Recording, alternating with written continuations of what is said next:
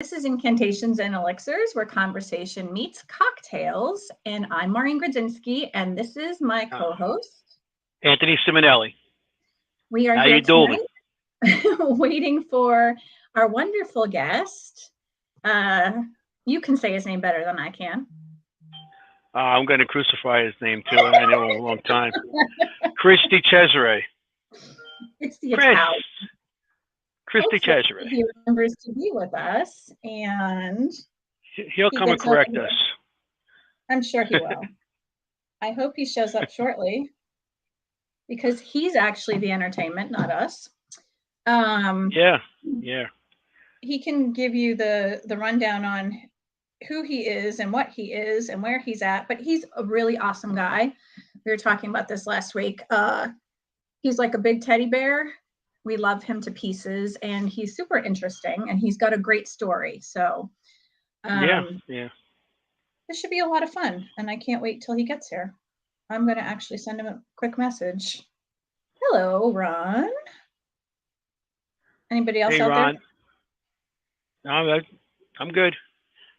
Yeah, Chris, I met Chris maybe about 10 years ago at Paracon. We had a friend that's I had a woman on my team, and somebody's calling me. Maybe it's him. Wouldn't that be fun? I don't know. It's the last number is 6,000. So so a bill collector or a marketer. Yeah, you don't want to answer that on live here. Yeah. So, how did you meet Chris? About 10 years ago. Well, I was somebody was interviewing on a podcast, and in the audience, I had a woman named Hope, part of my team, and I knew Chris. I met him a couple times before at other things, and Chris came on, and seen her last name, and on chat they're going back and forth. He was saying, "Oh, your sister's so and." She goes, yes, and because her sister just recently passed right before that. And they just started talking, and then they exchanged numbers, and they talked back and forth. So there was a Paracon going on in Hudson Valley, upstate. So it was a Hudson Valley, I think, Paracon, something like that. And he was there. So that's where I got to meet him. And I got to meet him and a couple other people, which was pretty cool, because that's where I got to meet what's his name?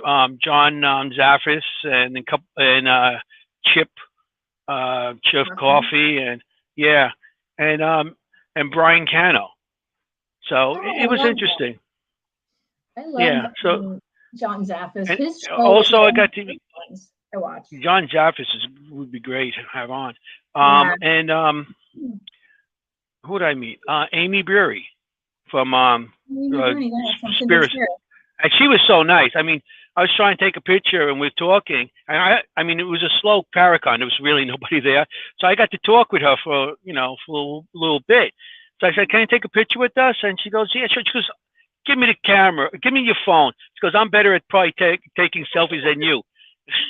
And she took a selfie with us, which is pretty cool. Yeah. So I met Chris back then. Then I went to a couple of his events. And I've been here. I mean, I heard him so many times speak. So he's such a great speaker. Yeah. I mean, he keeps you entertained the whole time.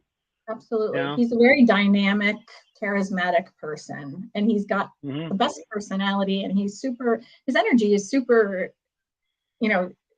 enthralled. Like he pulls you in, and he can talk for hours, and you're like, just sitting watching, where is he? He has energy like a 5-year-old, that guy. He's like, never stops. He does. Hi, guys. Nice to see you here. Happy 4th of July. Hi, Justin. So hopefully he makes it quick. I sent him a message saying, ready to join us. I don't know.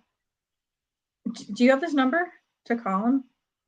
No, I did have his number one time, and my phone got hacked. I lost all the information on my phone. So I sent him a message last night. and he just sent me like a thumbs up. So hopefully he's Well, not. who does that? He's always. Yeah. And he's a teacher from the area, and we have snowstorms. So I don't know what it's like where you're at, Anthony, but I mean, the weather's pretty bad here, and our schools were closed. So he shouldn't. Yeah. You know, he should be available. By him is I is. I know by him, yeah, he's upstate, so I know they got hit hard too. By me, I don't have any snow at all. You don't? You know, I don't have any. No. Huh. I mean, the other night it just like a little snow on the grass and the cars, but then just disappeared. So it wasn't bad. It was pretty bad today. Yeah, Sunday that was. I don't know. So I don't have any snow, and it's been about 40 degrees over here. So. Oh, see, we were supposed to get somewhere between. This is what's funny: 4 to 9 inches of snow. Oh, nice. Yeah. So either give it to us all, like all at once and dump on us, or just don't give us anything, because we can't really go anywhere on ice. And there were tons of accidents here and whatever. Oh, see, Ron says that he got 3 and it's blowing around. It's just cold here and icy. It's just like it was a sheet of ice, and then the snow came and it helped a little for traction, but I don't know. I don't want to talk about weather. So Chris, hurry up. Like, we could talk forever about everything, but I don't know where he's at. Ron is straight out of content. Yeah. Did you text him just now? I sent him a message on Facebook. He didn't respond yet. Let's see. What can we talk about that's super interesting? That's interesting. What kind of paranormal stuff? What kind of paranormal stuff? Anything. What paranormal? I mean, I could. What do you want me to start? I just saw okay, so this is what I saw the other day. It's spelled Pareidolia.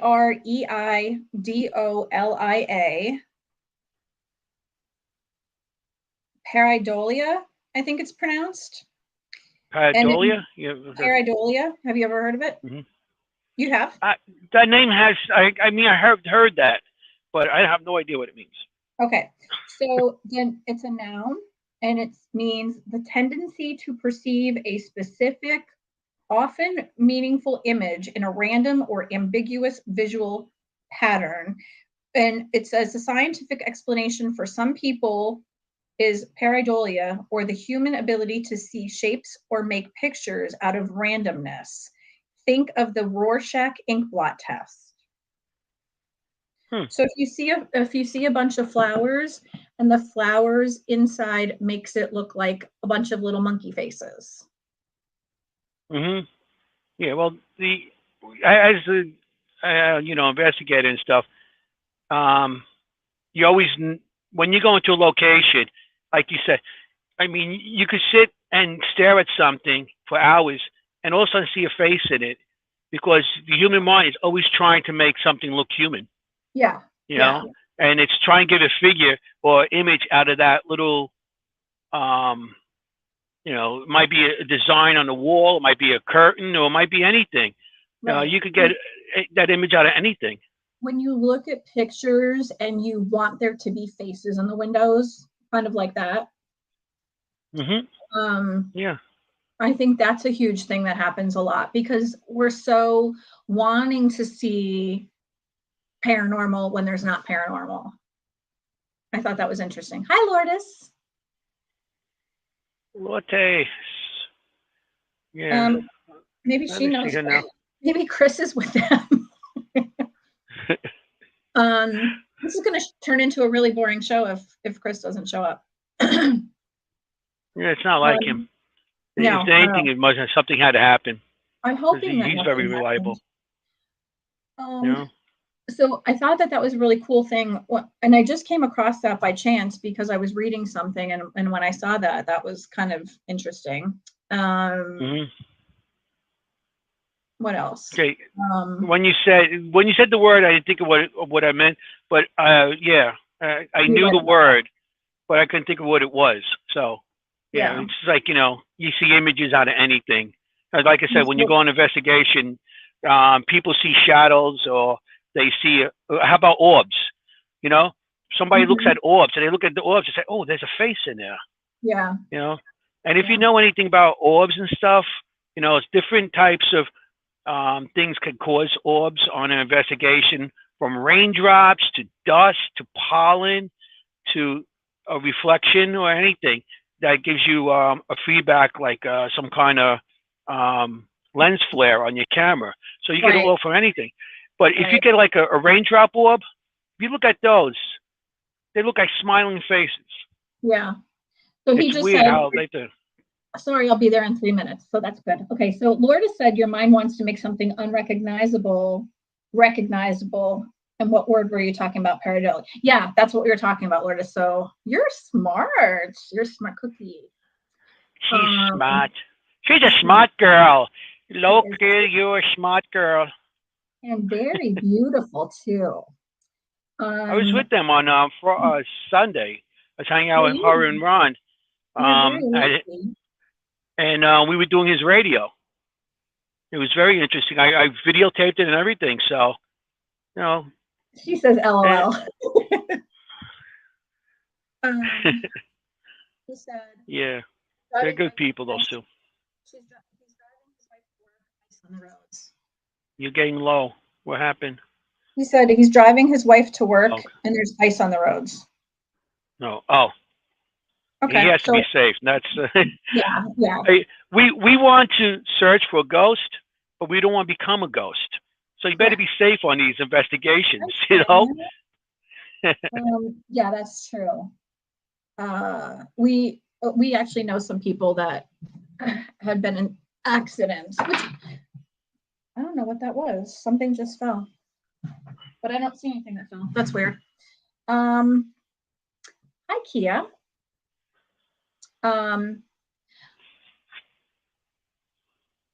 You know what? This might be a good time to bring this up. I wasn't sure if I wanted to bring this up. My sister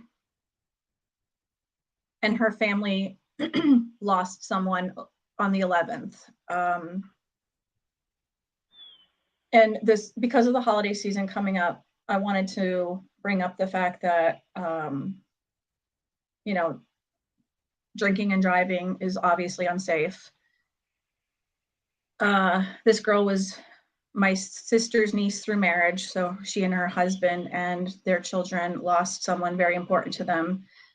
Obviously, her mother lost someone, and you never want to be a mom who loses a child. This girl was extremely talented, gifted, beautiful. This girl was so beautiful. She's a model. She was a social media influencer. And she was hit head on in Florida. And the man is on the run. He got out of his car and he took off on foot. I think it's 4 people were killed and 2 are critically injured. So it's all over the news. And, my heart breaks for these people, all of them. Sure does, yeah. So if anyone knows where the guy is, if anybody knows who he is, help to turn him in, because I don't think that anyone will be at rest until he's, they find justice. And please don't drink and drive during the holiday season or any day. It's just a really tough thing that they're going through right now, and it's really difficult. So Justin said drunk driver killed his sister also. I'm sorry for that. On that note, Chris is with us, so let's bring him in. Oh yeah. Hey, Hello. Hey, how are hey, you? buddy. What's up, Chris? Good to see you both. It's lovely to see Seeing you you too. as well. Yeah. We're glad you got back with all that ice on the road. Yeah, it could be worse. So I'm glad it's not. It's just, I get a little worried about that. When you're 15, 16, 18, 20, you're invulnerable, nothing can harm you. You get older, everything seems to harm you. So I just, We were just talking about that. I have snow here, and this stud over here has nothing. I don't have anything. My But school district goes for about 30 miles in every direction. So some of the students are expecting 8 9 inches of snow, others expecting dusting. So it's how strange it is. We were supposed to get between 4 and 9. Like, Right. it's like when they say we'll be there between 8 and 8. Yes, yes. How you doing, buddy?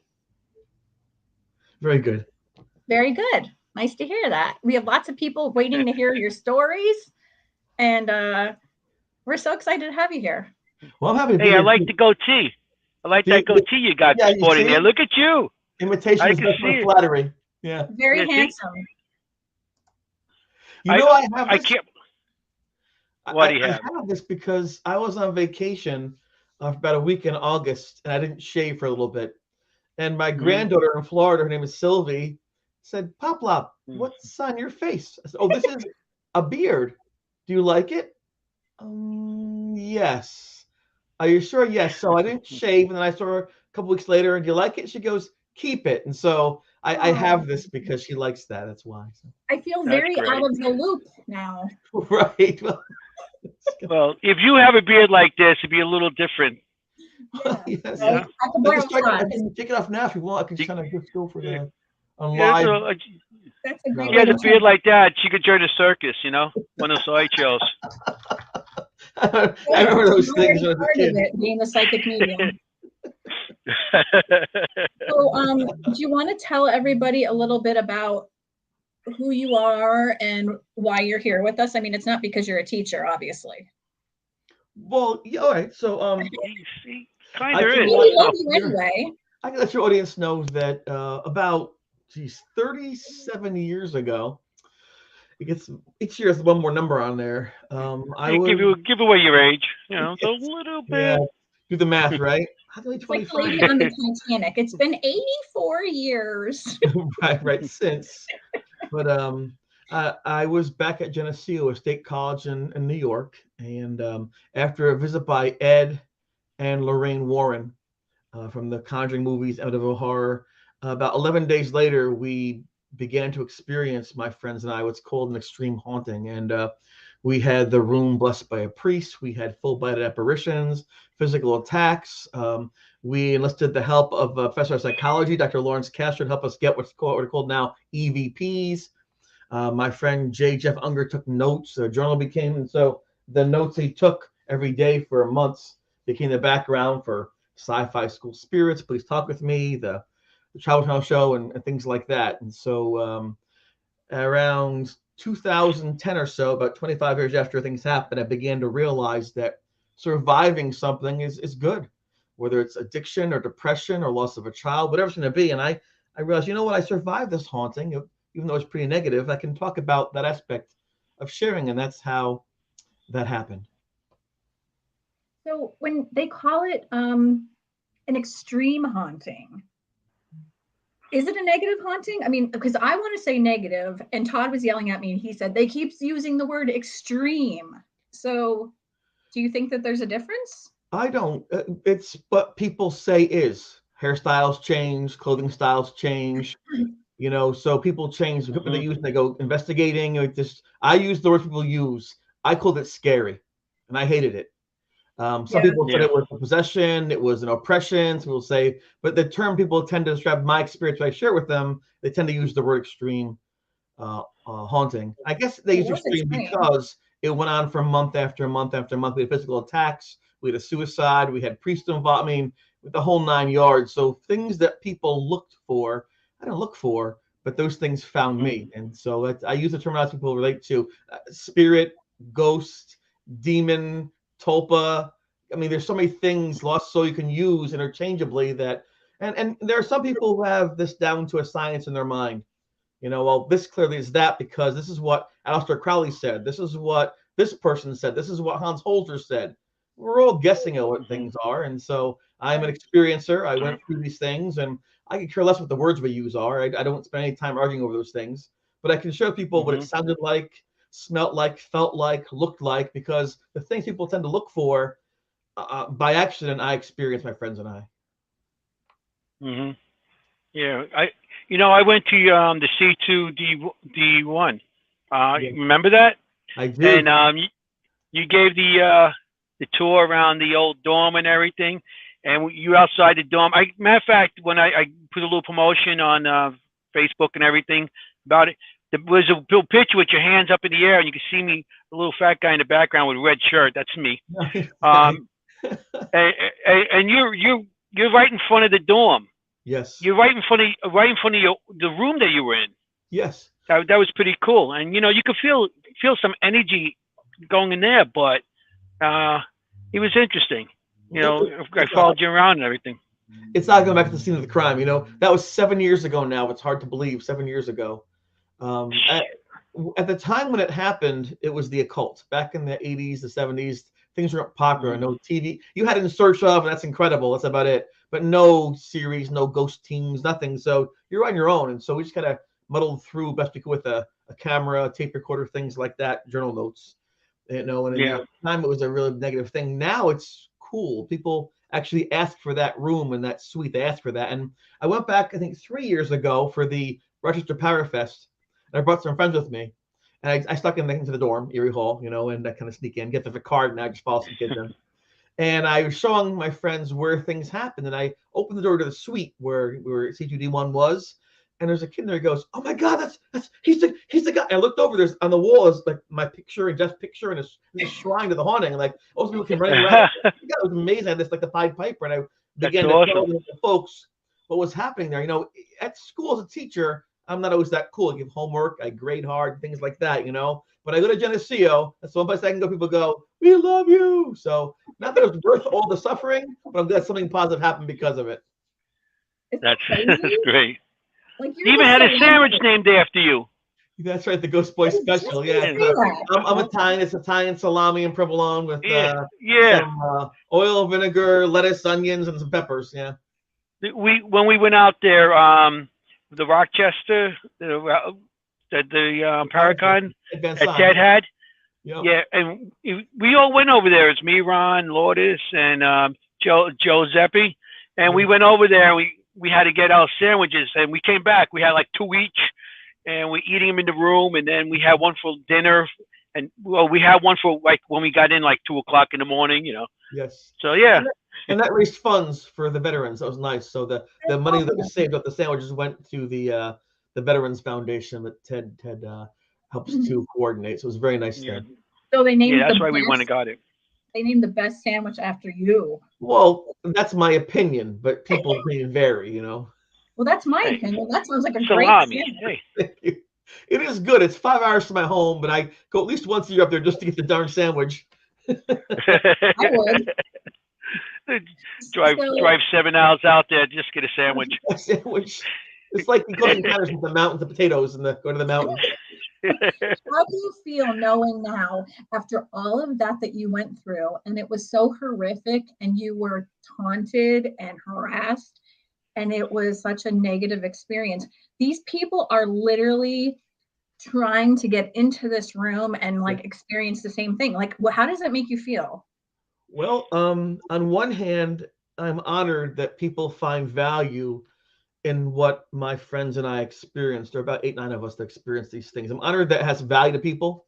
I'm concerned because if they actually read about the haunting, watching the TV shows or movies, they'll understand it wasn't really a fun time. And so, I have a mixed feeling about all that. But mostly I'm gratified that people find value in discussing, listening, and learning about something. There's always something to learn in life. There's always something. Society, humanity always learns and moves forward. It's very important. And I think one of the last things that we have to look at is the paranormal. And when I was talking to Dr. Kassler, who passed away in 2006, I was asking him in the middle of the haunting, why this is happening. It made no sense to me. How can these things occur? And his opinion was that eventually we'll catch up, just like we discovered microbes and germs with the microscope. We discovered the rings on Saturn and things from the telescope. He felt eventually we'd be able to find things out. And he gave me an example. He said to me, you know, if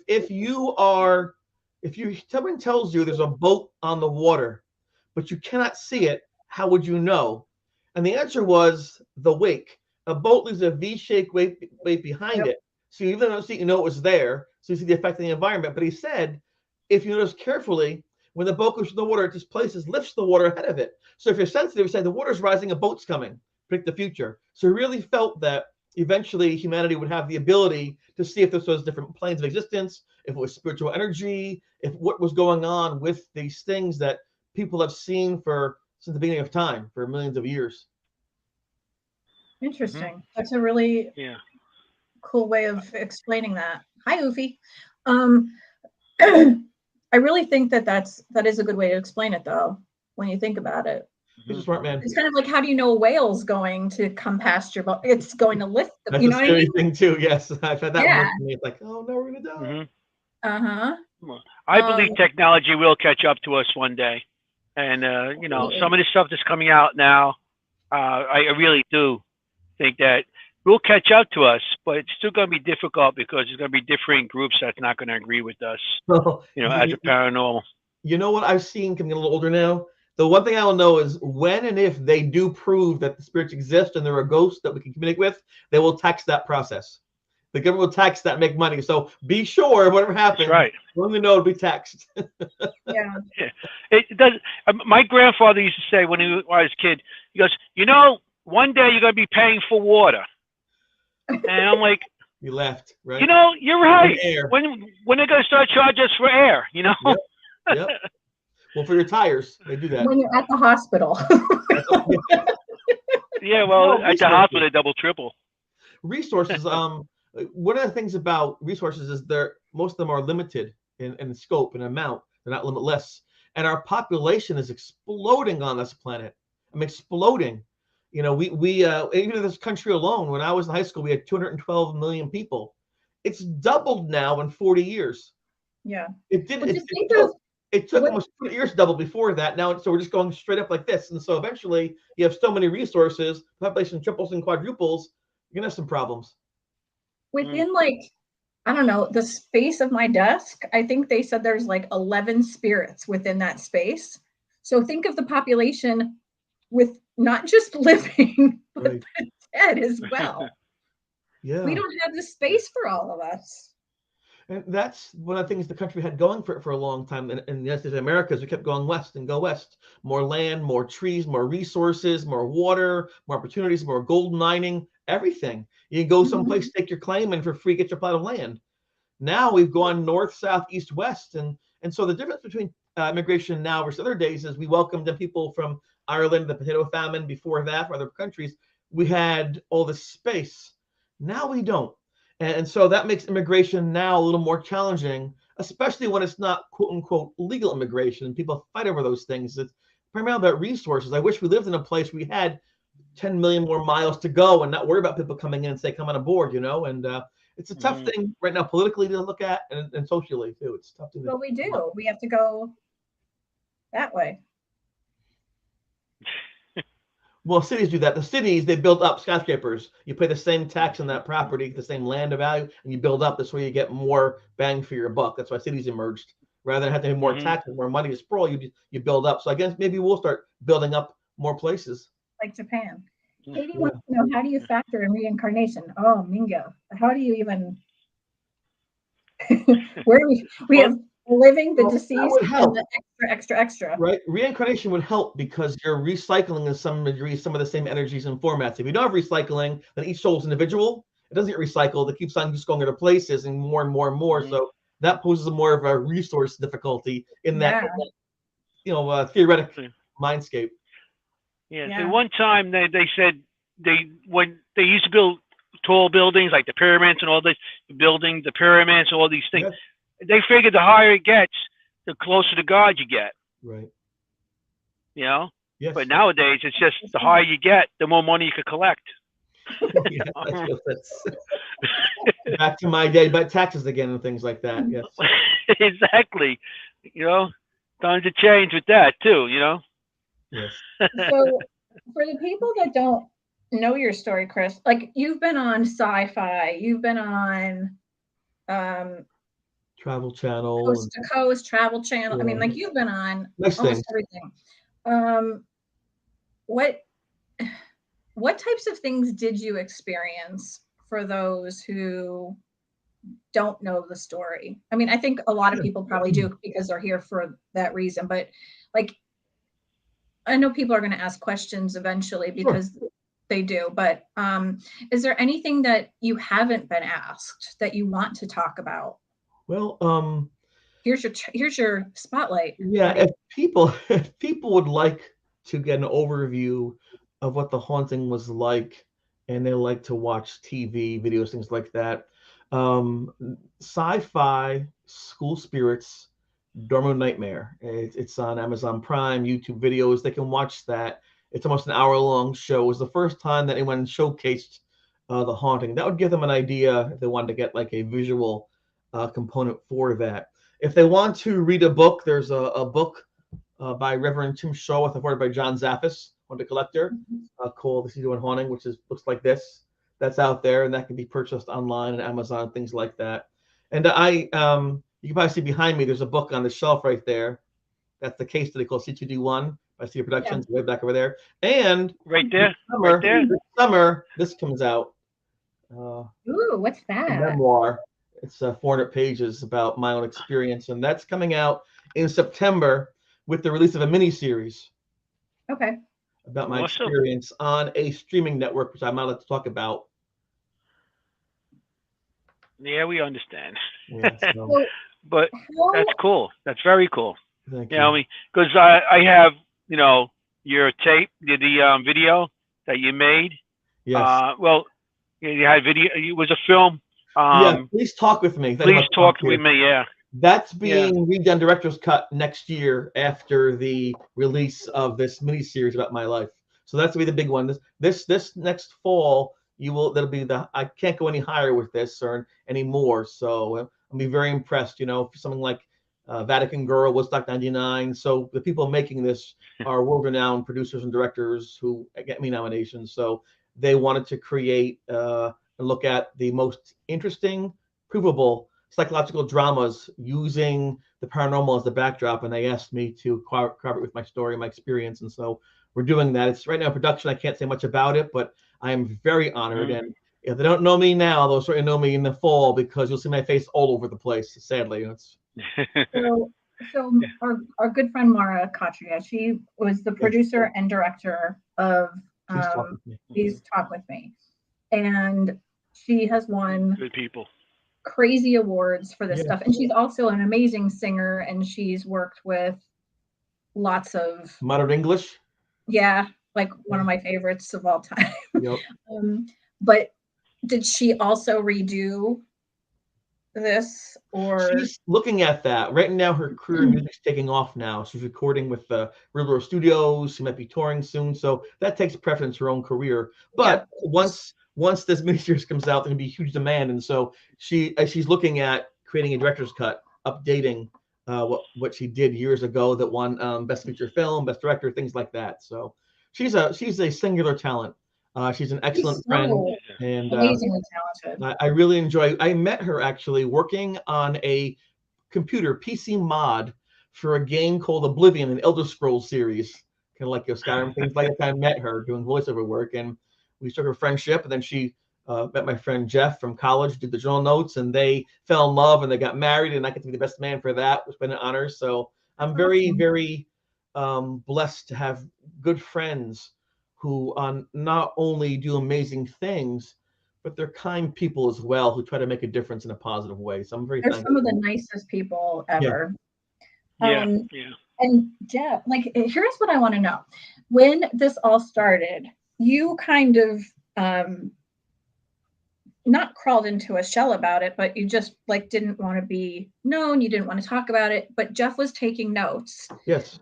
And then Mara just came along and she wanted to Oh, 25 Years, years later, years and years later, we had worked on that mod. And I began to tell her my experience at Geneseo, and she was amazed by that. She found it to be credible and interesting. The cool part about what she did, though, she didn't focus on the ghost. She focused on the people, the teenagers, Yeah. the college, personalities. Did they turn to God, away from God, to science, away from science? Did they leave? Did they rush forward? So she wanted to struggle with the psychological impact of this trauma. And so when she said that, I said, I'm on board. I like that idea. And she didn't. Sometimes those movies, they're a little silly. They're overdone, where there's giant dinosaur feet in the house. It's like, what's going on here? This was a serious thing. We suffered through these things, and she promised that she would treat it with respect. And he was so kind enough to even let me see the script as it was being created. And I was actually at a process and adjusting some of those things because I was there, And even for the auditioning, I don't know much about film and things like that, but during the auditioning process, you'd have 40 people set up for one spot for the movie, and they want to have a big break, And at the time, Michael Rooker reached out to us. He's Yondu, the guy from, he was in Walking Dead. The woman who did the voice for Ash Ketchum in the Pokemon movies. It's interesting people, but anyways, they said, if you see someone who looks like a person in college you're with, or sounds or acts like them, let us know. We'll consider that as part of our decision-making process. So if they have a couple people finalists, they let me then step in and say, well, this is most like Craig or Jeff or Linda or Beth or Judy or Paul or whomever. And that was a great honor. They were so good that they even made this. They had a set. You never know. It's like just a random building in some lot. You never know. It's like a warehouse. And inside was Dr. Kasser's office, the dining hall, the girls' room, my room. It's amazing. And they were filming a party scene. They had like the camera set up on 2-3 sides. The light was above. They had to do the white testing and things. And they have these party scene. And the person playing Jeff said, "Hey, Chris," to the actor. I'm like, "What?" I'm like, "Oh, it seems so real." It had the pillow, it had the same. I mean, I was. Oops, sorry.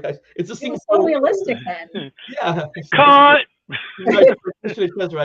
I thank you for the compliment, but really can't keep doing that. Right. I'll be quiet. So did she actually write the script? Like That's awesome. Who wrote the script? Her and Bill Edwards and Alan Lewis and Kerry Lyon and Jeff Unger helped. A lot of people contributed to the script. I get to contribute as well. So a lot of it came from, like I said, Jeff's notes. They're extensive. It's there's like page after page after page of notes that he wrote, and so that became the backbone of the movie. And then she relied on people's testimony. She interviewed Jeff and myself and Linda, who was there, and Beth and a bunch of people, So it's kind of Father Charlie who did the blessing in the room, and so it's a cool thing, The oddest thing for me, and this is how I try to understand things. If you asked me the worst time of my life, it'd be then. So I would never think in a million years that people make shows about the worst time. Think about the worst moment of your life on TV. So it's just odd that people find value in the struggling, but I think because it's so unusual to have so much evidence and so many adults involved. A lot of times the haunting is 2 kids smoking pot in the basement. Okay, fine, But this had law enforcement. It had a priest, a college professor. My father stopped by. You had like 12 witnesses. I mean, it's like the world's worst joke. Yeah, we had photographs. We had the ghost talking. So I mean, it kind of passed the level of most things, and I didn't want it to happen. So it wasn't like trying to prepare things. My name is spelled wrong in the notes. We're trying to understand what is going on. But interestingly enough, it's the worst thing that could possibly ever happen to you in your worst time in your life. But look at all of the good that came from it. Like you met all these amazing people, and it's. Yeah, my grandfather fought World War II. The Philippines and out that way in the Pacific Theater. And he said that he didn't want to be in war, and it was scary. He got malaria. People got shot at. His friend got blown up by a bomb when the Japanese dropped a bomb on the island. But he said one of the things he did was friends. You realize you all bleed red, and that you depend on each other. You stop thinking about how you vote and what sports team you like and what your religion is, and start working together for mutual survival and safety. And I think sometimes in society, we forget that. And I call my friends battle buddies because we really were in it. People were physically attacked. Multiple people. Mm-hmm. One person who was there ended up being suicide. So thereafter, I mean, we had the police. I mean, it was crazy. So I don't wish on anyone, but again, I'm really thankful that people find value in it. And I knew for a long time it was important to keep in my head. I didn't know how to share it. And I'd say, okay, if I come across the street, get hit by a car, no one knows what happened to me. Because I just felt that for some reason it was important to share. And I was right, because time after time, people knock on the door and say, hey, come share over here, make this film, do this, because people really want to understand what could be out beyond there. Well, you took the worst time in your life and you made it into something that helps other people too.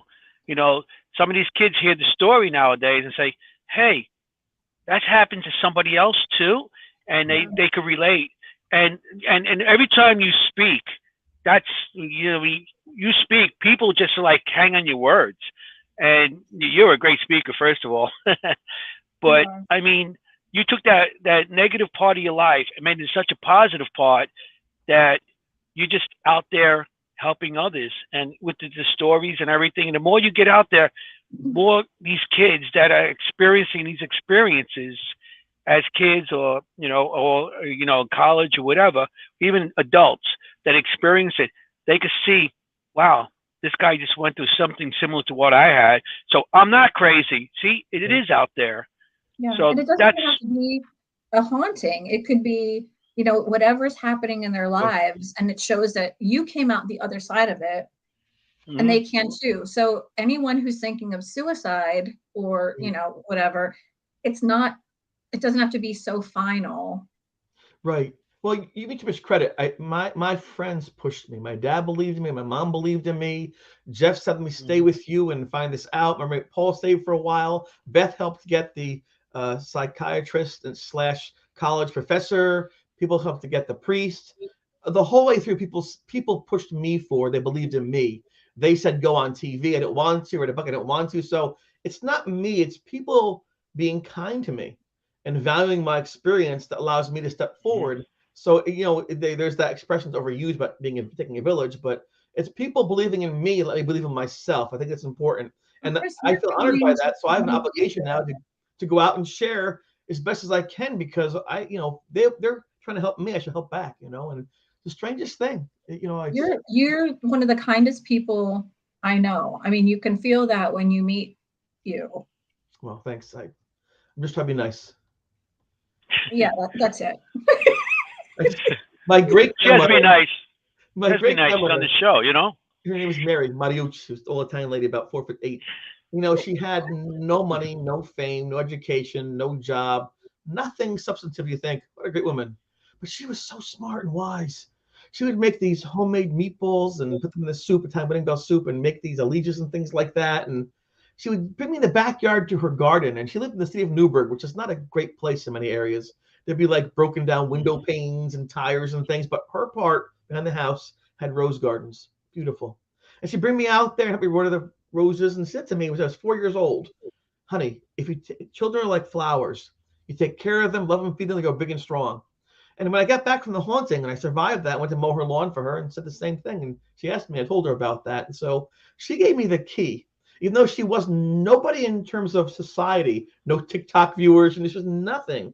But to me, she was everything. She encompassed the best wisdom that I could ever understand. So again, I was very lucky in my life to have people like my great grandmother who instilled in me some kind of wisdom, some kind of appreciation for life that nobody has. So I can take some credit for following through, but really I've been blessed by having two parents who loved each other and stayed together despite difficulties. I'm blessed to have two sisters who are loving and creative and kind, blessed to have friends that were there for me in my darkest hour. I don't deserve any of that. There's so many people who suffer every day. And so I always keep in mind that, right now life is good for me, but not for everybody. And so if I can help lift someone up a little bit, and just, I'm talking to a friend who's having a hard time with finances, just some PayPal money, just quietly, and like, oh my gosh, because I know they'll do the same for me if things happened, and I was fortunate that people helped me out during that haunting, and I want to be able to pay it back. And when my last breath comes, I want to hope and believe I was a good person. That's the bottom line for me. I want to believe that I did what I could do with my limited ability. I'm not the smartest guy. I do the best I can do with what I have, and fingers crossed it's enough.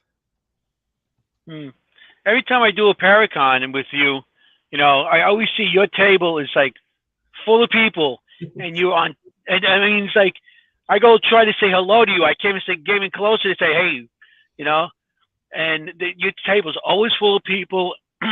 You love to talk to people and give them conversation, and you know, and inspire them at the table too. Not only at your speeches, but even at your table. You Free know, candy, free candy. hey, Forget about it. that's it. Yeah, yeah, you do have If that it on the means- table. If it means anything to you, how many times do I say this, Anthony? I'm not a crier, right? You tell us? Yeah, yeah. Do you remember when Not you a got done crier. with your lecture and I was sobbing? Yes. That was at Gettysburg. Yep. Yeah. Yeah. Um, I'm sorry to you make and you cry. Ron had me cry. I'm sorry. I'm not a crier. Well, some things need to be said. I really thought, I honestly thought my voice to God, I was dying in that moment. I really thought I'd be a 19-year-old kid, be dead in the bathroom floor, bleeding out. I thought that was the end for me. And I remember being angry at God because I was a good kid. Why would you punish me? That's about all of the concentration camps and the millions of people who died praying and hoping, and they had dreams, and they played the piano, and they wanted to fall in love and see tomorrow, and their prayers were answered. So, well, what chance do I have then? If this is my fate, my mom gave everything to have me, give up her career and everything to have little bratty me. And I don't want her to be worried about me. So when I'm lying on the ground ready to die, I said, just don't make a face. Keep my face calm so when she sees me in the casket, she'll think I was at peace. Aww. And again, that's because my mom was a good person to help raise me. So it's not me. It's just I follow people's leads around me, and I'm at least wise enough to know that. So, and I people do sometimes cry because I ask them to think about things they don't think about. We think about tax rates and memes on Facebook. We think about weather, but we don't think about people we lost sometimes, or things we did wrong, or things we did right. We don't listen to music and just dance like we're teenagers. So I try to instill that, and people say, listen, live every second. Please enjoy it for yourself. If you live your whole life being angry, it goes by very fast and you accomplish nothing. You owe it to yourself to find a couple of good things in your life and celebrate them. Whether it's cooking a good meal for yourself, right? Going dancing, drawing something, seeing an old friend, just hanging out. Just please, you owe it to yourself as a human being to do nice things for yourself, to be healthy. There's nothing wrong with that, because in the end, it's the most important thing. If we kick off tomorrow, someone does our job tomorrow, they hire somebody else to do our job. That's the way it goes, you know. When people pass away, the world goes on. You know, Elvis Presley passed away, the world went on. Michael Jackson, the world goes on. That's what happens. Yeah. FDR, the world gets so we think the world's going to stop. It doesn't. It keeps moving forward. And so it's important to just remember the time we have here is special. And we can debate about, do we have 2 times, 8 times, 12 times? We know for a fact we do have this one time for a fact. We can agree on that. And so I think it's important to try to have good friends and enjoy what you have. And I say it a lot, but I think it's the thing I learned most in the haunting. Because I remember saying to myself, please, I just want to live. I just want to live to tomorrow. And guess what? Yeah. I did. Yeah. And here you are. I did. And I'm a liar. When- I cry constantly. I just don't do it around anybody. Fair. Yeah. You know, when you do start experiencing these things, I understand what you're saying, because you don't understand what's going on. You don't understand it's why me. You know, I experienced things when I was a kid in the 60s. Give away my age there. 60s, 70s. And, you know, and all those times I thought there's something wrong with me. Why? And I had nobody to talk to. I tell my mom, she goes, oh, yeah, but don't say nothing to nobody, you know. So it was like, back then, it was very taboo to talk about stuff like that. It would be a cult. And so I understand that, you know, how you felt, because I didn't have anybody. Well, you at least had somebody to talk. I had nobody to talk to. And I always thought it was something, whatever I did, there's something I did wrong, you know. And I always thought, because I went to Catholic school, so that was, you couldn't talk about that at all. No. And because of my experiences and stuff like that, you know, I understand exactly what you went through, because I felt like inferior to people, like there's something wrong with me. There's something wrong with me. Yeah, sometimes You know? like you're alone. It's like just only you against the world. And there are times I look at the college dorm window, people will be playing frisbee and falling in love and dancing. Let's hear for the boy. Like, you know what I mean? We are the world, you know. And I'd be in the room with this thing going like, grass, like freezing cold things flying out of the room. Like, what is going on? I really felt like I had no place to go. And then I was walking in the Steamtown Mall in Pennsylvania by Scranton about 8 years ago, and this guy says to me, "Oh my gosh, wait, you're the ghost boy, right?" I'm like, "Yeah." He goes, "Oh my God, you were my hero when I was a kid. I read about you in the paper, and I was the wrestler. I used the ghost move. I am the ghost boy move, and you're my hero." I like, what did he say? Ghost he said, boy move. Skywalker, Leonard Nimoy, and the ghost boy. And so what was it like? And I explained to him how tough it was. What? It was so cool because here I am thinking about myself in this, and there's some kid hundreds of miles away, different state, hoping for me, cheering for me. So you never are truly alone in this world. Never. You can put yourself in a place that can't find you, but usually you put your cup out, someone will fill it. They may look like you or different, sound like you are different. When they offer out to give you that drink in your cup, accept it. Accept it, because someday it might be you doing the same thing for them or some other person. Yeah. Right on that. Yeah. Yeah. When I was going through my awakening, it was probably the scariest thing I've ever been through. I mean, I was so sick and nobody can figure out what's going on. And my blood levels were crazy. And the doctors were saying, nope, there's nothing wrong with you. But like, I was having all of these physical things happening. You knew. And, I do actually have something wrong with me, but it was heightening all my senses. And I'm like, nope, headless kid in the living room. Nope. Don't want to see that right now. What is this thing over here? What is this thing right here next to me? This little skull? Yeah. Yeah. You're saying that's scary? It's a skeleton. I don't like them. Yeah. You see the picture? Yeah. But I'd open the pantry and there'd be like swing band music. The old guest. The what? The old guest? Yeah. The old guest. It's a guest that we had one time. We don't talk about that. We don't air that too much. Yeah. They did swing bands? They didn't make it. The one day it would be like swing band music, and the next day it would be marching band music, and I'm like, I'm losing my freaking mind. Right. I'm going crazy maybe, right? Yeah. So they said, go see a psychologist or a psychiatrist or whatever. But here it was, all my senses were heightened, including my sixth sense. And then I started, there was an attachment in the house because I was in a weakened state physically. And there was a woman who was pinching me, pushing me, like hanging over me while I was sleeping. And it was a very humid feeling. And I was just like, okay, pull the covers up. I still do that. Maureen, I still do that, Maureen. Every night I have to. I'm so traumatized what happened to me. I would wake up in this haunting, and the thing would be right in front of my face, looking at me, breathing in my breath out of my mouth, and my face would be frozen, numb. I'd scream. So to this day, I still put the covers over my head. You're not going through menopause. I don't have that. I don't have that. I have menopause, but I don't have menopause now. Menopause. Covers on, covers off, covers on, and on. Yes. Yeah. It's an experience. Is listening to you all these years, and also watching the movie, and I got your book and everything. Just the experiences that you had back then. Like you said, and you were attacked in the shower. You were scratching the shower, and the thing hovering over you at nighttime, and everything like that. I mean, that is terrifying. You see that you see that in a movie. See these horror movies, that stuff like that happens. Always the shower. Well, you know what it is about that, and this makes me a little upset. If you have someone who wants to hurt you, if they know, they wait for the moment to hurt you most, in front of your family, your job. People, when they want to hurt you, know they hurt you the way they can, the very best way. And the one time that physically it's hard to defend yourself is in a slippery shower with water over your eyes and your ears, no clothes on. It's like you're the most vulnerable then, because you don't even know what's happening. So I didn't like the fact that it happened then. I thought it was it's very vulnerable, very rude, very sneaky, very malicious when it did that. And at that point in time, I was thinking, this thing is evil and I want it gone, and the problem I had was that we had asked the priest to do a blessing. Father Charles Manning did a blessing on my room, but then the thing got angry and began to attack people other places because, that room was safe now. But you can't have a priest bless 26 rooms. It doesn't work that way. And so then we said, let's get evidence and see if we can find out who it is, what it wants. And that was the scientific approach.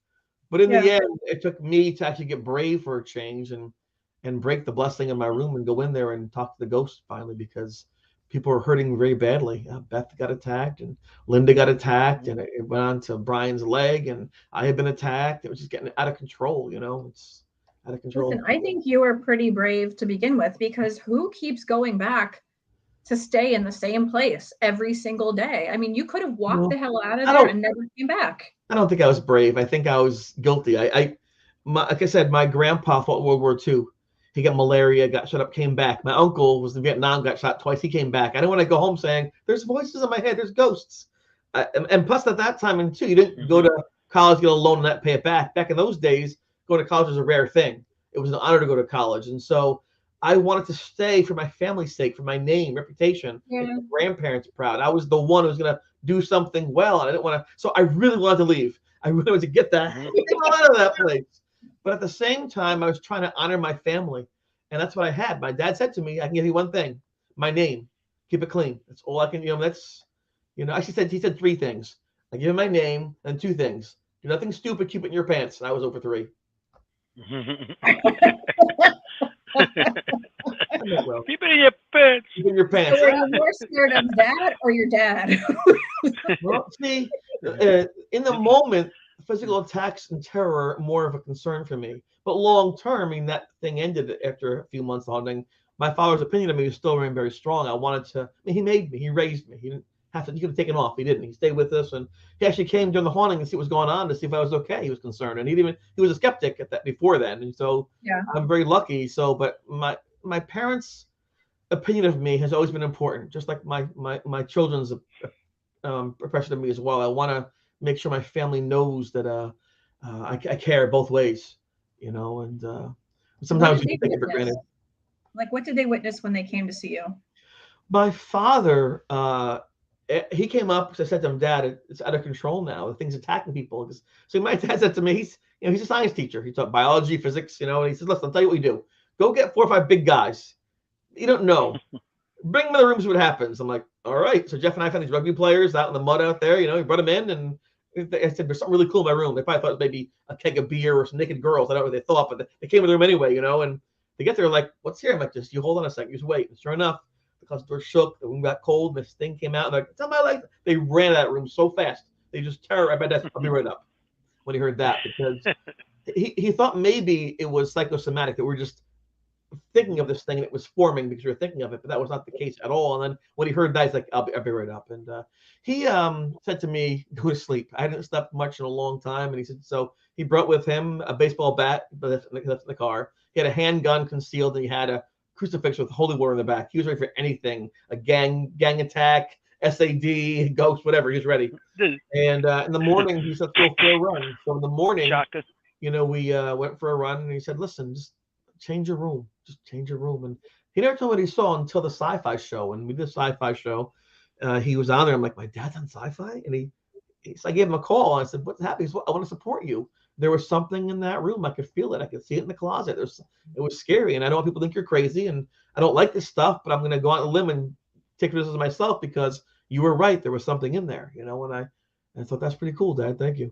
So he saw something? He actually saw something? He saw movement in the back of the closet door moving. He saw a shadow in there. He felt cold air come out of there, but there's no breeze that way. So he said, yeah, there's something in that room. He told me to change my room. However, I couldn't do that, because you can't just go to the RD and say, change my room, right? You had like a month to go. You can't just do that. And besides, if we did change the room, who gets it? Those poor people, it's like, that's not fair to them. So we eventually thought the blessing would help, and that did a little bit. Then we tried to do some more stuff with evidence. And then finally I talked to it and said, listen, you got to go. You got to find rest. This is not working here. Did he think that there was, you said he's a scientist by nature. So yeah, he taught it. Was he like, I don't know how to explain this, or, oh my God, it's like a religious thing? Or was he like, okay, so matter can't be destroyed or created? Like, he never thought about the paranormal much growing up, because it wasn't practical. It was the occult. And so you do things that help get you a job. Remember, his parents were in the Great Depression. So your job is to have a career, get a nice strong house, to get a foundation, to have a job that has benefits. Those are the things he focused on, and science helped to do that. This whole other stuff with the esoterica was like weird to him. But to this day, he will say, listen, there are some things we don't know. And he gives an example of you're like in the subway. You think someone's watching you, you look around, they are like, whoa, but you don't know knowing that, he believes there's a sense that we have to use, and so he doesn't dismiss it. He just doesn't understand it, and so doesn't deal with it too much. But he understands now there are things out there, and I think he's proud of me for surviving there. I think he's proud of me for taking a bad moment and making it shine a little bit. And again, my mom and dad were good people, so I had a leg up on that. You're lucky, Jeff. You're lucky that Jeff got the idea to write everything down. Yeah. Yes. He documented everything. That's so. I mean, if it wasn't for Jeff right now, we would be talking too. Right. Yeah. But you know why? Two reasons. Number one, he was an English major. He had to have a paper done at the end of the year. Couldn't find anything to write about. He thought this was great to write down, right? The second thing was I thought I was going crazy. Was there drugs in my food, a gas leak in the room, hypnosis, mass hysteria, SOD, practical joke? I didn't know. And so I said to him, do me a favor, keep writing things down that I tell you, just so I can bring it to a therapist, a psychiatrist, a doctor, someone will have to relive the whole thing. So when we saw Father Charlie Manning, I didn't tell him anything. I said, here, read the notes, because I don't want to relive it in my mind. If you endure a vicious attack, you don't want to talk about those things. And not only that, one of the key components of investigating is data, evidence. You want something to show for what you do, right? If you go 100 times something happens, you do something else.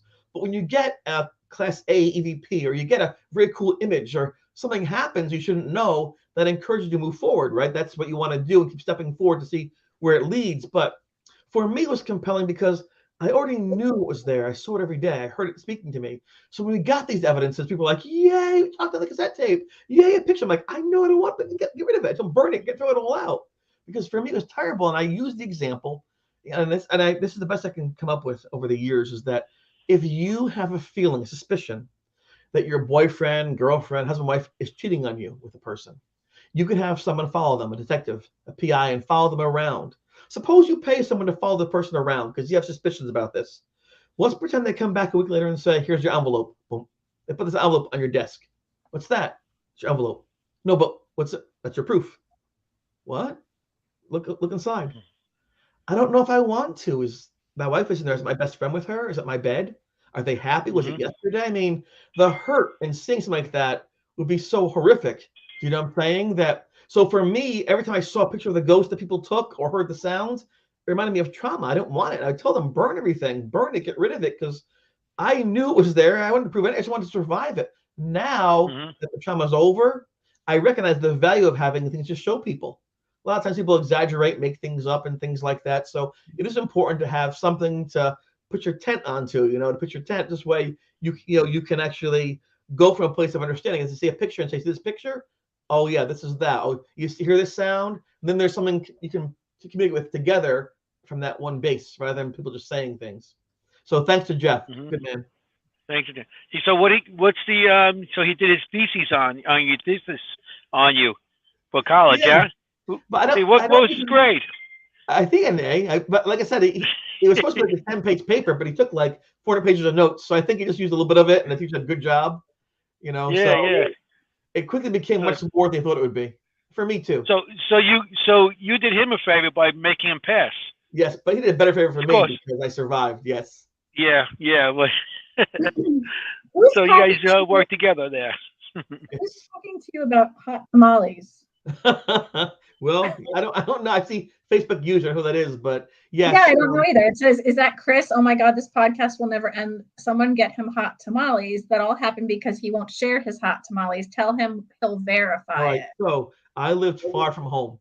I lived about 5 hours from my home, and I didn't have a car, so I would go home sparingly. My mom and dad would send me care packages, these big cardboard boxes with like sweaters, some pizza money, things like that. Right before the haunting began, I got a Valentine's Day gift from my mom and dad and my grandma, and in the box was a carton of hot tamales, the cinnamon flavored candies. Yeah. So after my friend Paul said there's something in the room, I'm seeing shadows, and I heard the voice, I said this is crazy. So I got the box of hot tamales. I remember eating these hot tamales, and I see someone over my shoulder. I'm like, did you want? And I realized no one can be there because the door's over there. The door is locked. I'm on the second floor, so I'm like, oh my God, what's that? And so I didn't show my hat tamales. And then I counted to 10. I looked and I saw the thing behind me over my shoulder. That's the first time I saw the ghost because of the hot tamales. And then when I saw it, I panicked. I threw them in the air. So later on, when people in the room say, there's kids everywhere. I'm like, oh, yeah. So this has to Hot be someone tamale. that was there. It just comes up as Facebook user. So who would have been there? That person was there, or they are familiar with my experience. I know Joe Zeppi, the guy on my team. He at Gettysburg last year. I think he bought you a couple boxes of hot He tamales. did. I loved it. So is it Joe? Is it Jeff? It's just Yes, Stephanie. yes, yes. It's a Jeff. I like him. He's a straight shooter. You know, some people are just very nice. It's Giuseppe Caradona. Yeah, he will tell you what he feels, and so when he says something is good, you appreciate it. So I appreciate him. He said, yes, I did. Yeah. Yeah. Yeah. He goes, you know what I got, Chris? He was like a kid, like, you know what I got, Chris? You know what I got, Chris? I got hot tamales. I think, yeah. I was like, oh, that's cool. You know him very well, Anthony. You know him very well. He is cynical sometimes. There's a lot of people out there selling snake oil. A lot of people can hurt you, and he doesn't like that. He doesn't people showing off for fame or for fortune. And so when he finally got a chance to hear my experience, my lecture, and I think he enjoyed it. He had some good questions, and I think we had a mutual respect from that moment. And if you earn his respect, it's a good thing. Yeah, I mean, at that speech, you and Ron Iacovetti. Ron Iacovetti, yes. Yes, and he was like, I don't get impressed too much with the speeches, but Chris really, Chris is a really great speaker, and and he was like impressed. Thank you. And it's not easy to impress Joe Zeppi. Well, it's not easy. I'm thankful. He was impressed. I'm glad. Yeah. I think a lot of people are like that. I've gone to do readings, and this guy was a total skeptic. I was at a Halloween party, and he came in like a bull in a china shop. I mean, he flung the door open, he sat down, threw his hands on the table, and stared me in the face. And I read him, and he said, "Who told you that information?" And I said, "I heard the information, heard the information." And he said, "If you know that, you tell me what my first job was when I worked with my mom as a kid." And I told him. And then he said, "How do you know that?" And I said, "Because I heard the information." And he said, "Then tell me." And I said, "Do you really want to push this? Because I'll tell you more." Right. And I told him something from when he was young that no one else knew. And he's held his whole life. And he literally, when I was leaving, he jumped over the gate on the porch and he flew down the street chasing me. And he said, "You're going to tell me more. You're going to tell me more." And I said, "That's not how this works. Right. I told you information to make you not be a skeptic because you were in my face." Like, I think people think that this is all a joke. Like, we're just, we're making things up, and that's not how this works. It's Maureen, as you know, and Anthony knows, sometimes people do make things up. There's all that happens where they have this power now, or all of a sudden they know the answer to life, or all of a sudden they're on Facebook for 10 minutes. And people like that, just like other people, they paint us, people in the paranormal, in a very negative light, and people get hurt by that. I know people have lost a lot of money going to these psychics who just took their money. Come back next week for $50 more. And so you restored his faith. So like a child now, he wants to go and get some more from you. But it doesn't work that way. You gave him a gift, and now we'll see how that works. Right.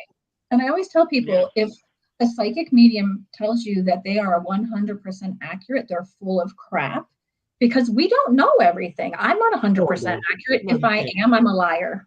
Right. Yes. Giuseppe said, "Love you, Chris. Anthony, not so much." The only regret Giuseppe. After listening to Chris was for the 9 years I've known him, I just listened to his inspirational lecture. Yeah. Very nice. Every time we we do a convention, one of the conventions, and Joe always has to make sure he sees you talk. Well, I thank him, and I appreciate that. And each time I speak, I do try to make some things different, because there's so much to pull from. I don't want a person to hear the same thing. So people like Barry Martz, for example, she'll repeat like 18 times, or Kathleen Wilson, people like that who see me a lot. I always make sure that I change a couple things up because it's fresh that way. And there's always something else to add to it of value. It's just, when you speak publicly, you go into a routine almost like in your head. You start staring at that this. And I make sure before I speak someplace, I always put some new element there to talk about, whether it be the tug of war with the pillow, whether it be, listening to the tape backwards, things like that. Oh, I can always put something new in there because there's so much to pull from over 75 days of constant interaction. But I think you're telling your own story, so it so well that you can change it. It's memories, your own story. You know what I mean? It's right. You can tell it a little bit differently, and you can throw a little joke in, or you can make it a little bit more sentimental, or it's.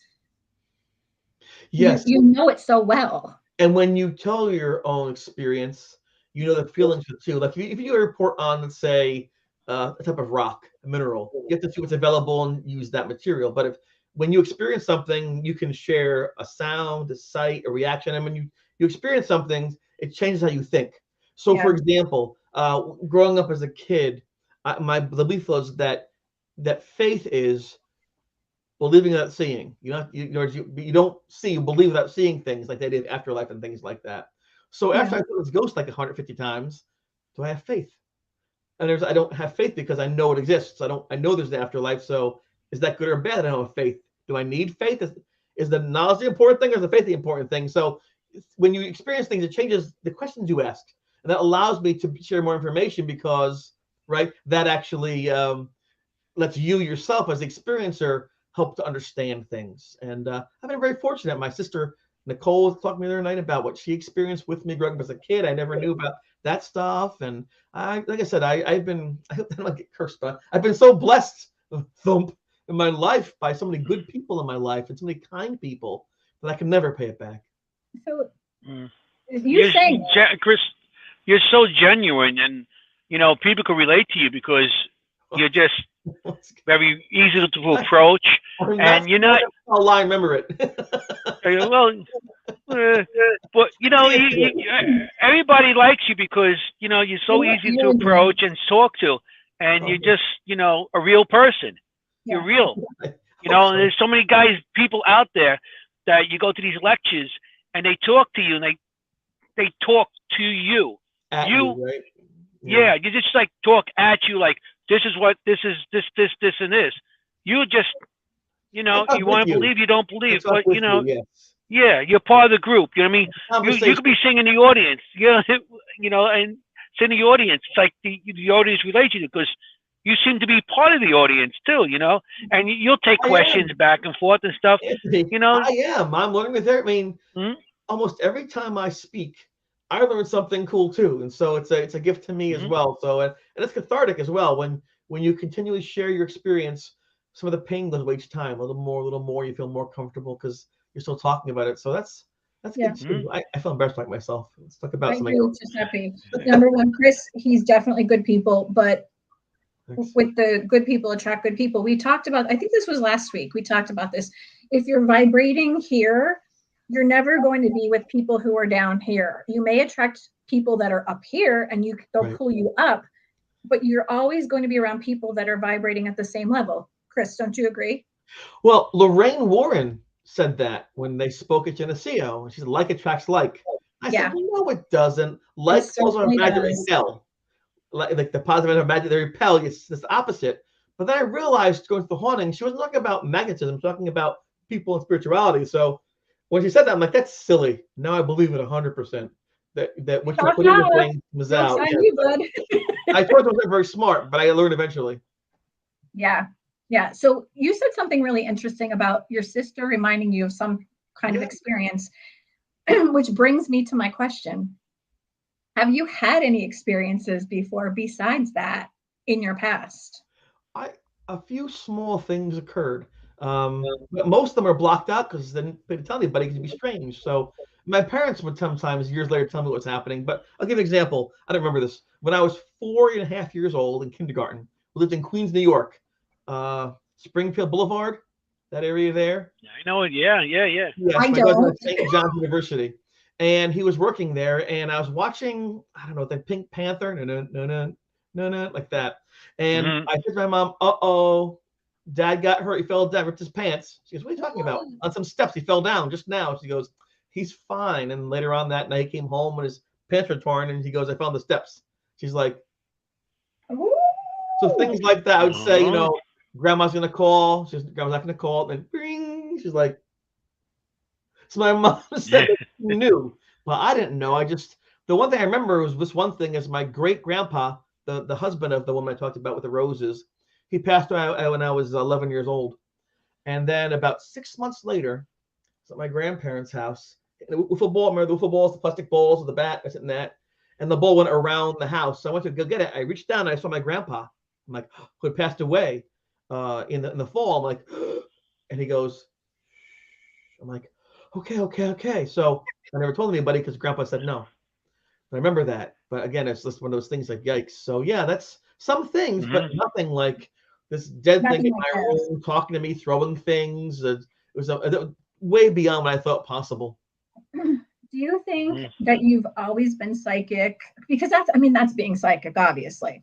But do you think you blocked it out? Like, do you think when your grandfather told you, do you think you were like, okay, nope, done? You don't know if you can draw well until you try. Yeah. And I wasn't raised to pursue these gifts, and I wasn't encouraged by my limited interactions with them. So I think that hearing Lorraine Warren and Ed Warren talk for an hour about all of these things in public in a brave way, I couldn't believe they would do that. That's so embarrassing. But well, they called you. And Lorraine seemed like she really meant what she said. That impressed me. So, and then when I began using some of their thoughts during the haunting a couple weeks later, I think that she allowed me to open my mind to the possibility. Just like if you sit down sometimes, the person start drawing things the first time, you allow yourself the opportunity to show your talent. I think that going to that lecture, which I don't want to go to, by the way, I don't want to go, but Jeff said it's free. So I went because it's free. That's why I've had to pay. I would have gone. So that changed my life. Nothing to do. Hey, let's go to the Warrens. I had a date with 2 girls. I had a date with 2 girls that night. I did. And my wife was like, "What are you, crazy? You have the 2 girls and you're going to do a ghosty thing with your what? Stop." But I didn't know how to date at the same time, and it was free, so I saved some money. So, the girls would have cost you a little more money there, huh? True. Yeah, And then, like, the date, I'm going to see the Warrens. Well, that's what I did, which was counterintuitive. My roommate thought that's so silly. But but you didn't want to go. I'm glad I went. Yeah. That was back in 1985 they were talking about these things. Correct. And back then, this is all taboo. You weren't allowed to really talk about much. And if you did, people looked at you like you had 3 heads, or you're looking at the devil or whatever. Yeah. Your church kicked you out, your parents. I mean, that again, it was all about the exorcists and things like that. Why do you think that was the real truth? I was in 5th grade in 85, and I was reading a Stephen King book a night. Right. In 5th grade. You like Stephen King? I did at one time. When I was growing up, there was a young lady, a friend of my sister's. Her name was Leonora, and she had a very difficult life growing up. Not a lot of money, not a lot of family stability, but a good soul, very kind. I used to entertain her. We played games and things like that with sisters. Well, she put herself through college. She got to Vassar College. She met a guy named Giuseppe, who was very kind to her. Didn't know about him and her advice. After a while, he said, "I want to take meet my parents." I said, "Okay, we're gonna fly." So he had a private plane. They went to Maine. It was Stephen King's son. So she was a young girl who had nothing. She had nothing. She worked her way into college by working at ShopRite 12 hours a day, just as kind as you can be, as down to earth. And he loved her so much because of who she was. They got married. They went to Alaska for dinosaur fossils on their honeymoon. She has 2 kids, and now my sister is the godmother of Stephen King's grandkids. So interesting story, right? Oh, that's wild. Yeah. Did you ever see the TV movie Rose Red? I don't watch anything scary if it's scary. I don't know. Yeah, I can imagine why. Yeah, I don't.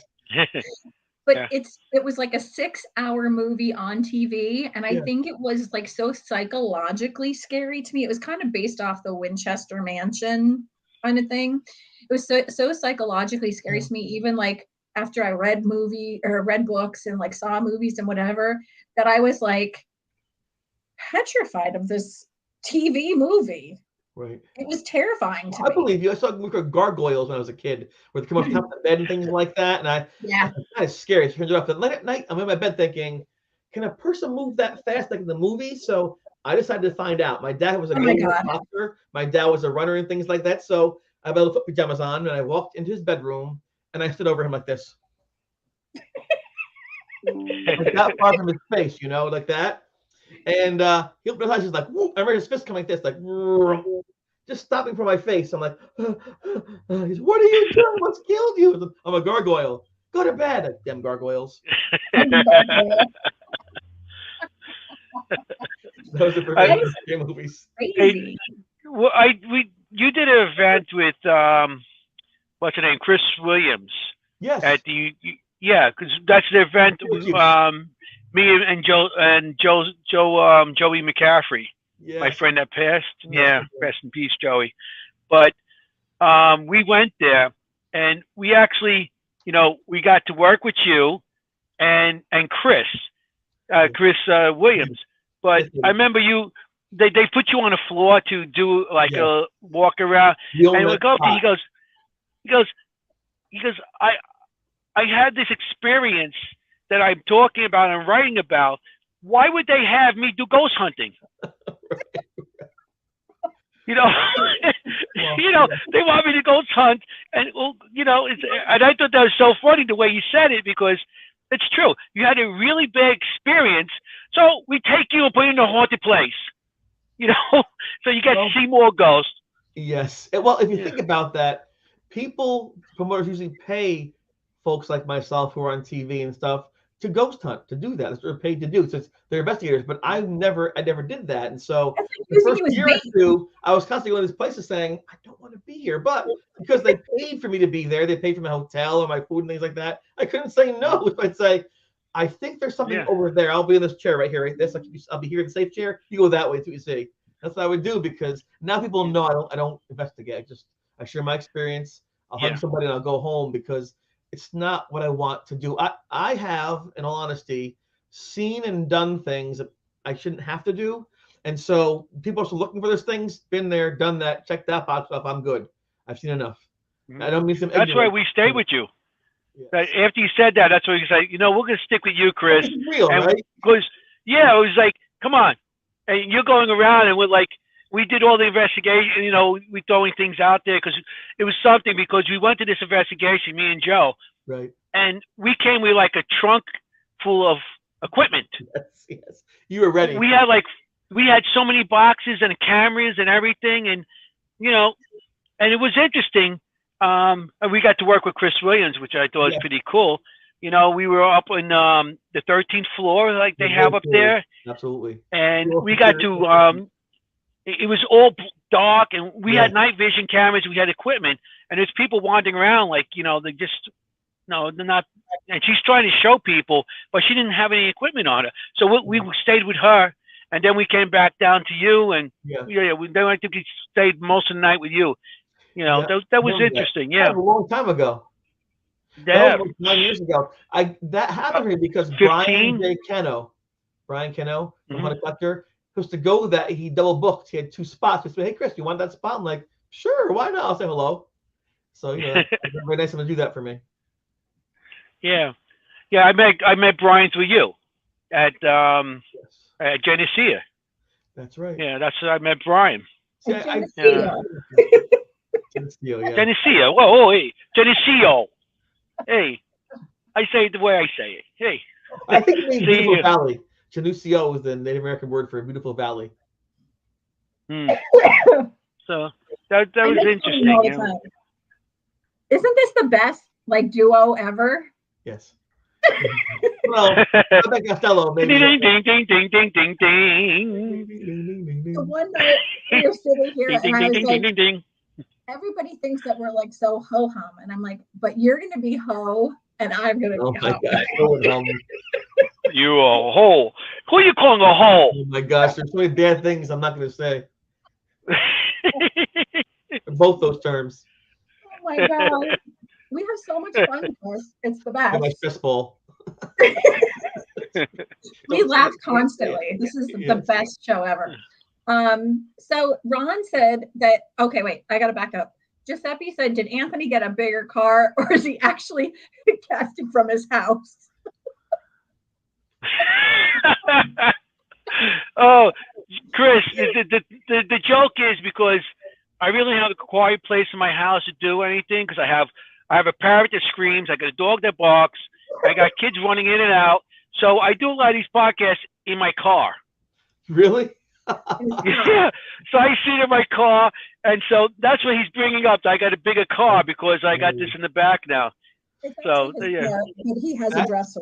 That's how Lorraine Moore got their start. Lorraine would say to Ed, "There's house activity in that house." I would park the car, get the easel out, start painting the house. People would say, "What are you doing?" I'm painting your house. Come say hello, and then Lorraine would say, "Is there things in your house?" "Oh yeah." So they got their start by parking the car. Lorraine gets out. He paints the house. They come down to people, and the conversation begins. That's how they get their start. Yep.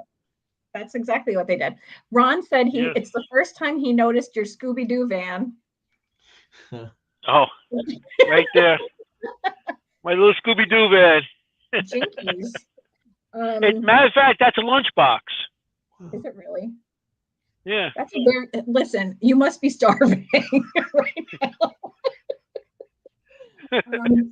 Oofy said lost more now than ever or before. I don't know what that went to because we're talking a lot. Chris Nuara said, hey, forget about it. Anthony Simonelli, what's up, my brother? Hey, Chris.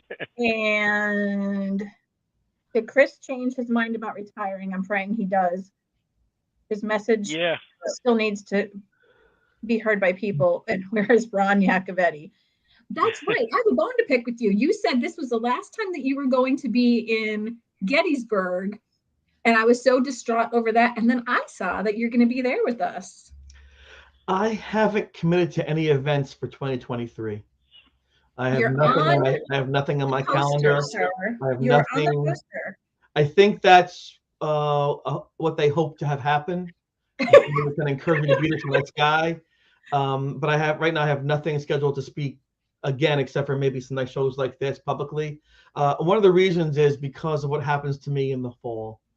In the fall, that's going to change. Again, there's going to be this mini series that's going to put me out there, like, and every TV station and things like that. So I wanted to give myself a year or so just to breathe and to recoup and just get myself ready for this craziness that may happen. And unfortunately, because of the exposure I'm going to get, it's going to change how I operate and where I go and how I go. So you may see me like in Las Vegas or Paris or places like that, because instead of having 2 million people watch it, be 20 million people watching it. So there could be a huge difference in how I conduct myself. So I wanted to say goodbye to people potentially, because I'm not going to be going to the little events that are here that I love so much. I've done so many years because I love what they do, because there's going to be a different way I have to do my business. There's a person that's being appointed to me that has to do my stuff for me, book me up on these appearances and things. So my life is going to change. So I had to retire in the way I do my events, the way I do myself. But I'm hoping down the road I can go back to being with my friends and being with the events that do fundraisers and that my heart is with. It's just, this is an opportunity for me for the very first time to make a lasting legacy globally. And so I owe it to the people with me in the haunting. I owe it to the spirit I tried to help.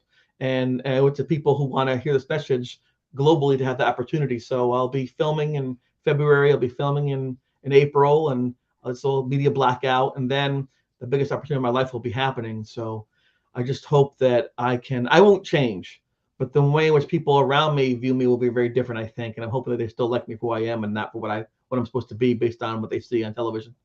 Well, I'm very sorry that you're going to have to bring yourself down to our level to take your breath, but you'll still have to pay for that oxygen. I don't know what that means, but okay. It's expensive,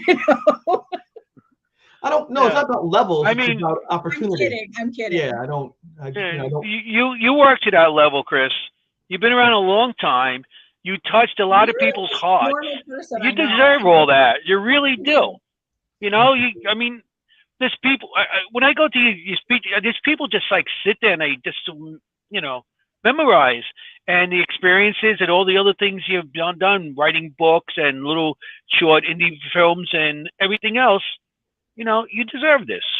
You are. I wish you great luck on that. One of the most Really. deserving people. I know. I'll miss seeing you. I'll miss seeing you at the conferences and all that It doesn't stuff. happen, but that's the way it goes sometimes. And listen, Yeah. it's called trust. When I speak, people trust that I'm telling them what happened. I'm not lying, telling them the truth. And I've always trusted people myself. I didn't want to share this experience, but SyFy said, we want you on. And my friend said, do it. You want to write a book? People said, you want to write a book? Do it. So I didn't ask for this. There was an email came to me in February saying, I want to do this miniseries about your life. What do you think? I'm like, do it. So I don't advertise. I don't promote. I just sit in my little man cave here and think about good things in my life. And somehow that works. Somehow people like that. And so here I am, and I'm getting these opportunities. And I have to tell you, almost to the point of tears right now, I've never deserved anything. The Ghost Boy is about people around me, not me. They believed in me. They helped me. They escorted me through these places. They helped me through hard times. I'm just some dude. And I will promise you this, no matter where I say it or how I say it, the people that were there for me are as important as I am. If I can get these people to travel with me, like Father Charlie Manning, Jeff Unger, Alan Lewis, and these people to go with me, I want that to happen. I want them to be out there too, because they're just as important as I am. I just happen to be, for some reason, an okay speaker, but doesn't mean that their contributions are any less than mine. Chris, just like I said at the beginning, everything happens for a reason. You're a conduit for all of this. For some reason, you were chosen to be that person. And it's because you are so kind-hearted, and don't inflate your own ego, and you're not an arrogant person. That's the reason why you were We're chosen. helping him with his ego right now by blowing his head up. No, I appreciate the kind words. Listen, I'll put the trash out in 10 minutes, no problem. And Giuseppe even says you deserve that and a box of hot tamales because it comes from your heart. From the hot tamales. Yes. So that's like I said, we're gonna miss you in the conferences and stuff. Yeah, but like, it's gonna be. we'll get to see you maybe on TV and stuff. You know me, I'll show up one day in my car and just walk in the back door someplace and say, "Hey, that's who I am. I can't stay forever." Hey. I know you're not going to stay away forever. You're not, I mean, it's my heart. It's when I speak and share, it's a cool thing. But the people I share with is the coolest thing. When you lose someone, we lost Bill Freeman. That was painful to me. I don't like people lose people from the field. Very sad. And then can't believe about Bill. So I really try to. Your buddy Joey. I mean, it's just people go. People go. Yeah. I still miss him so much. Well, and that there's a way to communicate and to hear and listen, but it's not as easy as doing it like we are now. It's a little harder with the veil between you. You can't hear quite as well. You can't see quite as well. If Eddie has anything to do with it, we'll be on a payphone. It can improve on most things. He's a genius in what he does. He truly is revolutionizing what happens, but it's still easier to talk person to person. Yeah. That's still preferable, and Marcelo Bacci aside, it's just what it is really, really amazing. Yeah. Well, you guys speak together. I mean, I thought that was wonderful. I told you, right? I told you. It was his idea. I was honored. I just think he's great. I want to make sure people hear what he has to say, because he really is. I call him the future of the industry, and I know that's he is. I'll agree, but I do believe that. And I'm very proud to know him, and I'm very proud that he wants to speak with me. It's a nice thing, And as you know, I mean, I'm not a young spring chicken anymore. I'm the older side. I might have 10, 12, 15 years, maybe, and then it's my time to go to sleep for a while. So that's what I say. 10, 12 years, yeah. But I mean, you guys are great together, and like you said, I think he is the future. Him, Lourdes Gonzalez, and amazing, and Tony Rathman too. I mention them every week, so it's like. Every time I mention their name, they give me $1. So there you go. He's a nice man too. Yeah. He talks about. I think that he's having an affair with Ron. Well, me? That's what Lourdes thinks. Facebook that. He'll tell you the story every time we get together and with a group of people. And one night, because I used to do a lot of, I still do once in a while on Google Duel, and they do they do their well, what did I say wrong? What is Google Duel? Is that a thing? Duel. You know the duel? Google has a duel. Duo. Duel. D-U-O. Dual demonology, or is that what that's that? That's There's something. Anito? It's what do you call it? You know, a FaceTime type thing. You know, phone is like 15 years old. Like it's like an iPhone 3.2. You know. It's like all right. I do FaceTime with them. Oh, and with why they do the radio and stuff like that. You know, and now you made me forget what I was saying. Well, Just no, as well. yeah, I think so. You know. Oh man, lost my thought. Yeah. Lourdes. Amazing. Yeah, I know. I started real. He always says. I always mess up everybody's name. Oh yeah, Lourdes. Ron. Oh jeez, Lourdes. I think Lourdes sometimes gets jealous. I don't know, because Ron and I are very, very close. But I'm close with her too. You know, she's like a little sister to me. Right. And so it's her and you and her brother? Is that what's gonna? Yeah, he's like a brother to me. Yeah, he's like a brother from a different mother. Yeah, not a husband. Wait till I see you. Oh man, I'm getting slapped in the head over here. Where's that wife? But one night, Lourdes went upstairs, and Ron was doing the radio, and he says, something with my girlfriend, something like that. Who's my girlfriend? To say the name, and the name came out Anthony. Well. Okay, but that whole long story just got down to that little saying. Yeah. So Ron would say that, you know, every time we get together and stuff like that, he'll tell people that. And Lourdes laughs. She goes, she calls me the piece. His piece, Ron's piece. So she always tells him. She always goes, you're the only one I would share. You're the only person I would share him with. Well, love is love, so you know. Hey. Yeah, huh? I am psychic. I told you. I didn't know about this story. Oh man! I met Ron's father. What a cool dude he is. The drummer, just yeah, he's good people. Very good people. Yeah, he came to with this speech, didn't he? The one of his speeches you guys are giving. The one at the Liberty Science Center in New Jersey. Mm-hmm. Yeah, very cool. Yeah, he is a good guy. Yeah. Yeah, Ron said we went to speak there. You know, I'm like, my dad'll be there. Your dad? Okay, I'll go. Your dad'll be there. I'll do this. Yes. Yeah, he's good people. Yeah, right. They're all good people. Yeah, you know. But you know, now you made me look. I don't know what that story. I don't know. Forget about it. Suspect. Just forget about it. So,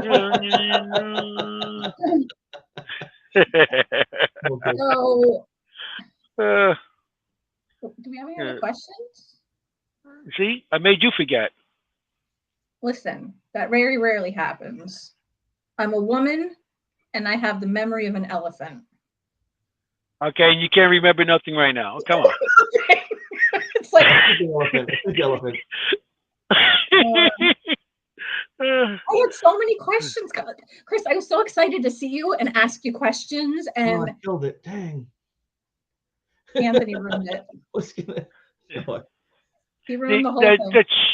Okay. The school spirits. That's when SyFy still played ghost hunting and all that stuff on it before it switched, and then everything went to Travel Channel and everything else. Yes. Discovery. But yeah, that was I was reading it at 2011. Wow. Yeah, that was I'm trying to think. Mark Burnett, who did Survivor and things like that, and The Apprentice, he was the executive producer of that show, and he wanted 6 hauntings took place at colleges for school spirits, and so I was kind of honored by that, you know.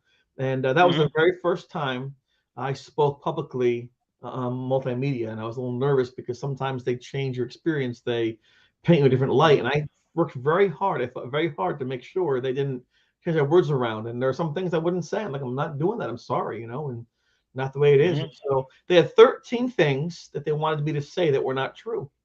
And we sat there for about a half an hour, just nothing moved. I said, I'm not doing that. So finally, I said, listen, you pick one thing on the list. I'll say one thing.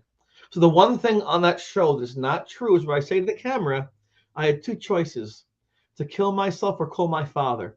They wanted that because Mercedes-Benz was a sponsor. And most people who buy Mercedes-Benz at the time were old white men. So they wanted an old white man, my dad, basically, to be in that for demographic purposes. And so he had to be there or I would die. The thing is, I already thought the thing killed itself in my room. I'm not going to kill myself, be with it for 1,000 years. So it made no sense to me. So I would tell people, listen, watch the show. It's a very good show. But understand that one line isn't true. That's what I gave them one line to pick. Wow. 15 lines, and that was it. We moved forward because I wasn't going to sit there and lie on a TV show. I don't want to do that. So that's the one line that I said. I told them, I'll tell people that just so you know, when the show comes out, let people know, and I do. That's crazy. But they would go that far. Well, but they said to me, look, you are the expert on your haunting, right? We trust you. We make TV shows. Trust us. Because they'd say things like, oh, say it this way. That's the same thing. Yes, it is. No, it's not the same thing. I'm not going to, come on. They angry with me. And when the camera guys started laughing, so it's a pain in the ass. They go, you want your job? Like, oh, they set them up real quick. It's not funny because they're on the clock. So, but I was serious. I played hardball because I wanted to make sure, because I don't know if they'd ever be on TV again, what they did was correct. Good for you. Well, you talk about the idea of being transparent and honest, and I've done this to who I am. I wasn't doing it for money or praise or profit. I really thought that people would be helped by hearing what happened to me. Maybe they'd be helped by learning the information. Yeah. Someone else I'm friends with that was on some shows on that channel is now going to be on another show. And they said that they were told to talk about demons and how many demons they saw, and demons. And they were like, nope, not doing it. Not doing it. So they weren't given the show.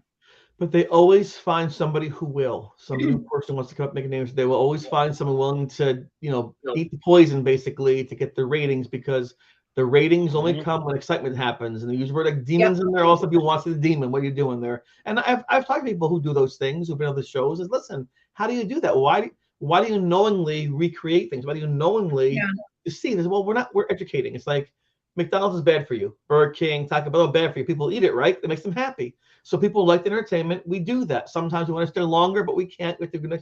Sometimes we have to make things happen, and we give them information about locations, terminology, equipment, things. So we think we're doing a service, showing them entertainment that is informative.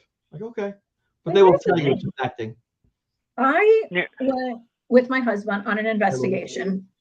We went to Lourdes. We were just talking about you, by the way. Lourdes. I just gave up something, and you gotta listen to it. Go ahead. My husband and I went to the George Taylor house, and Interstate Paranormal ran it, which they're amazing. They're the greatest people. And that's my little plug for them. But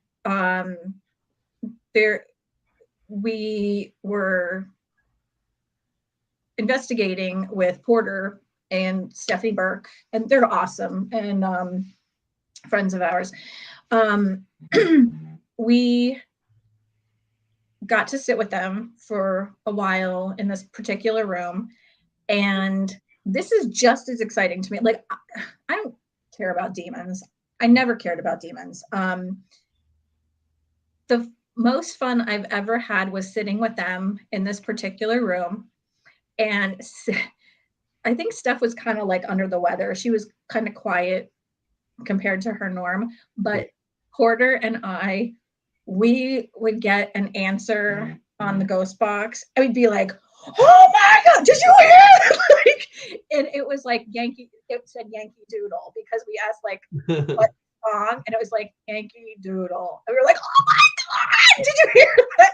I love how excited he gets still now. Like, he was on a show, and he's like, oh, did you hear that? I'm like, oh my God. The two of us. Yes. Well, that helps, right? If someone enjoys the moment, you can too. If they're like, oh no, okay, who wants to be around that? Fun. And like Nick Groff now, I don't know if you've seen his new show, Death Walker. I remember when he was a young whippersnapper 10 years ago in the corner, and he's telling me someday he'll be on TV. I'm like, good for you, buddy. Nice Yeah. kid, nice guy. Excuse me. So when his very first show, I'm not going to mention show names, but his very first show, do you remember it? Yes, I do. Yes. Okay. So he was like in a morgue or something, and he was like kind of the calmer one out of the other.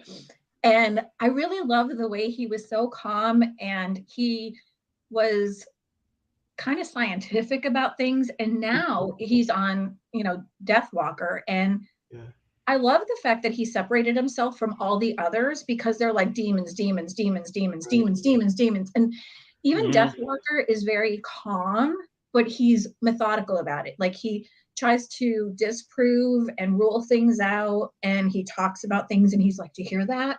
It said, yeah. Yes. He's really calm, but I love him. He takes his craft seriously, which is and that's what I love about it. Lourdes said she's been seeing Death Walker. I love the show, even though it's super calm. Like, I could sit there with my, my drink and kick my feet up and listen real closely. And it's not like, oh my God, it's a demon. Right. And everybody's screaming. It's just, he'll like ask questions of the guy who's touring him around. And it's just very like, did you hear that? Yeah, I heard that. And it's not like, everybody's screaming, running around like lunatics. I just love that he's so calm about things. And Katie said he uses some of their equipment. I love that, Katie. That's super cool. Like, refreshing. Yeah, Katie Holte. The Holtes, he uses their equipment, which is pretty cool. Yeah. It's funny because we went to Salem, and I'm like scrolling through my phone as we're like getting ready to leave for Salem, and I go, oh my God, Nick Groff just got married in Salem at the Ouija place. We missed him by a day. Wow. And I was like, congratulations, Tessa and Nick. We're going to be there tomorrow. And like, he sent me a heart, and he's like, thanks so much. I'm sorry we missed you. And I was like, I got a reply. He replied. Like, now I know. It's true. And we were there the very next day, and I was like, I saw that Nick and Tessa were here, and they got me, and they're like, yep, they were here last night. I'm like, we just missed them by like a day. Congratulations, Nick and Tessa. Cool. He was like, he replied back, and he was like, thank you so much. That I'm so grateful for your reply. And I was like, it's Nick and Tessa. It's Nick and Tessa. On the phone. They were standing in this spot last night. Anybody, if you're interested. Did you touch the floor? Yes. Did you touch the floor? He's like, oh, Nick touched this. With his feet, I got my hand. Yeah. Oh, fangirl. The whole Taze sell equipment, if anybody's interested. Katie, you can put up your link if you'd like. And Ron and Lourdes also. They have equipment. Anybody, if you ever have a link that you want to share for your business, please do in the comments section. I have a Holte box that Katie made. I have one of their boxes, and it works really cool. Really does. And I really appreciate the quality they put into their stuff. So, and I know Ron has Ron Jacobetti has a bunch of. Don't we all? She needs her glasses. I said, don't we all, honey? I'm like this. I can't quite see this. I need my glasses, and then I need my reading glasses if I have my glasses. So I will never wear glasses ever. Oh, dang it. It's like we're all like. That's what happens when you're the paranormal or all those. You're in the dark, so you need glasses when you get into the light. Usually I'm like this. Did anybody see my glasses? But wait, hold on. I can't hear you right. Okay, I can hear you now. I had 2 pairs of glasses on my head one time, still looking for my glasses. It's like, how the hell that happened? I don't know. It's called senior. Senioritis. It's the age, I forget. It's called senioritis. So Lourdes said we both told people to thank you, or more on the research side of things. Katie, you do that too. It's terrible. I'm on the downside. Yeah. Down. So, Chris, you're not going to be at Gettysburg this year, huh? You Next year, I answered should that say. question. Did we? I have made no commitments yet this year for Yeah. 2023. Yeah, I know. I know some people are penciling me in just in case it's possible, and I appreciate that. And if I can, I will. But right now, I have nothing scheduled until at least the fall, if at that point in time. It'll be scheduled with other people from other networks and things. The mini series. Yes, once that drops. Right now, it's supposed to be September for the sweeps thing, and then after that, everything goes crazy, and so we'll see how it is. I just like anything else, I'm nervous about that. The production company did a great show called Vatican Girl. They did a great thing. Woodstock '99. They did a great thing about Don't Blank with Cats. On Netflix, they did a thing about Gold Rush. They did Race for the White House, Three Perfect Strangers. So they've done a lot of great stuff. And I talked to people like John Zaffis, who said these are really top line people. It's the best people I can work with, and that I'm really in for a nice time. So, and they've been so kind to me, so polite to me and my family. It feels nice to be respected and treated with some dignity. I always wanted to meet John Zaffis. He's kind of been my idol since I started watching him. He's super smart. I just love the guy. I mean, he's so on the money with things. He's like, there's got to be an item under the porch. Oh, look, there it is. He's a nice person too. I mean, he really is a nice person. I've heard that. They were holding an event not too far from my house here in Hudson Valley about 8-9 years ago. And he asked me, are you going to the event? I'm like, well, I wasn't invited. He goes, what? He literally picked up the phone and said, if you don't invite Chris to the event, I'm not going. And this is a time when the Haunted Sector was the top show in science and the sci-fi thing and things like that. So he really did me a solid, and I got to the event. It was very nice. So he didn't have to do that. He also he wrote the foreword to the first book by Tim Shaw. Where's that looking there? Here, John Zaffis, I think he's over here, right? Yeah. He wrote the foreword to the book. So again, didn't have to do that. And so he's been nothing but kind to me and considerate and thoughtful. And I love the guy. I really do. And I don't bother him because he's too busy. But I really do love him, and I'm glad he's there. Excuse me a second. And it's nice to know. I'll be back. Yep. So it's just a good man, and he doesn't buy into the fame aspect. He doesn't think he's beyond people. Give him a call. So he's a nice role model for me to follow when these things happen, because he walks the walk. I told Anthony I would love to have him on the show because I think the world of him. He's so he does his research, and he's a hard get. He's a hard get because a lot of times he's found like 15,000 shows, and sometimes he's been on shows which goes off the rails. He's like, why am I doing this? So he's a real hard get. And he doesn't do a lot of shows. Once in a while, sometimes he's doing a fundraiser. He'll drop on in doing a fundraiser or something like that. Sometimes it's for a cause. He'll stop on in. So he's the kind of person, if you do some kind of fundraising, some kind of reenactment, some kind of thing for animal shelters, for historic sites, then you get him on board. Yeah. Chris, remember this one? I do, with the ass.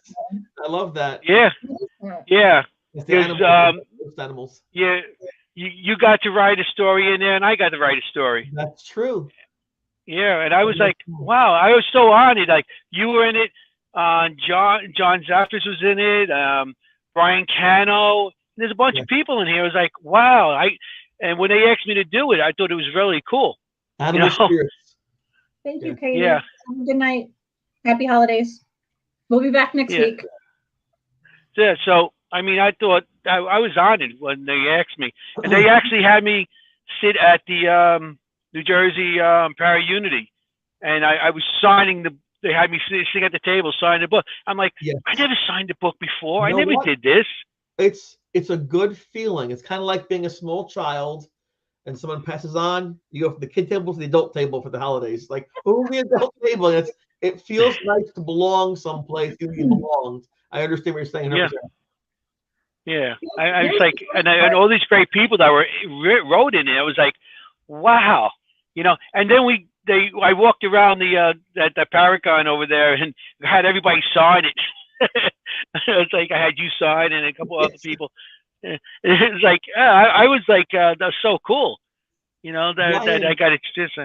Brian Cano was so upset with me because he gave me a copy of the book and I thanked him for it. And then someone wanted it, so I gave it to him because you can't do that sign for you. I didn't realize it's signed by everybody. I'm like, oops, I gave it away. I'm like, I'll get it back. Like, no, I'm like, oh, everybody signed it for me. I'm like, I didn't know, sorry. I had to get it back to the person. Yeah, but that was a good book because the money went for the Staten Island Hope Animals Research Recovery. So it went, all the money for the book went to that recovery thing in Staten Island for the animals. Yes. Yeah, so that was cool. You know, so that's the only book I've been in. So it's a cool thing. Yeah, I got a page and a quarter. Hey, you were still in a book. Remember that. That's right. Yeah. You could have been in no books, Mister. Well, I was in the dean's book at school, but not the good dean. I was in the naughty book. Santa's naughty book. Truants. Is the OnlyFans? Oh, I'm sorry. No. No. Note to self. Never. Do it up in the show. Too late. So for next week, we are having next Thursday from 6 to 8 p.m. Eastern Standard Time. We are having a Christmas special. Very cool. It is the Nice and Naughty of Christmas quiz. There is no studying.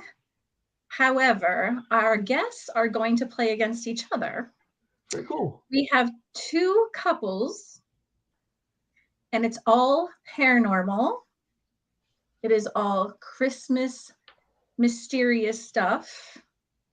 It is all pagan questions. It is all where did Christmas stuff come from? Right. And the couples are, do you want to announce? Roll. Hey, tell them. Good. You want me to say him?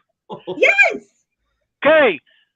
The person I've been mentioning all night, Ron Iacovetti, Lourdes Gonzalez, Tony Ratman, and Sherry Ratman. Very cool. They are our contestants. And we are also throwing in our viewers to play against them. Nice. Pagans, Lourdes Gonzalez. So anything Christmas, Yule, winter solstice, and all about the nice and the naughty. No, yo, my Yule log. Oh, sorry. The Yule log. Hey, what's Santa Claus doing to Mom? What's Santa Claus doing over there? What's Mommy doing? Yes. So. Mommy, that's not a candy cane. Oh, dear. Oh, dear. Family event, Mr. Simonelli. My mask and go home. It went there. It went there. Kenya, Madeira, this is going to be a very fantastic event. We might have to put the children away early for this one.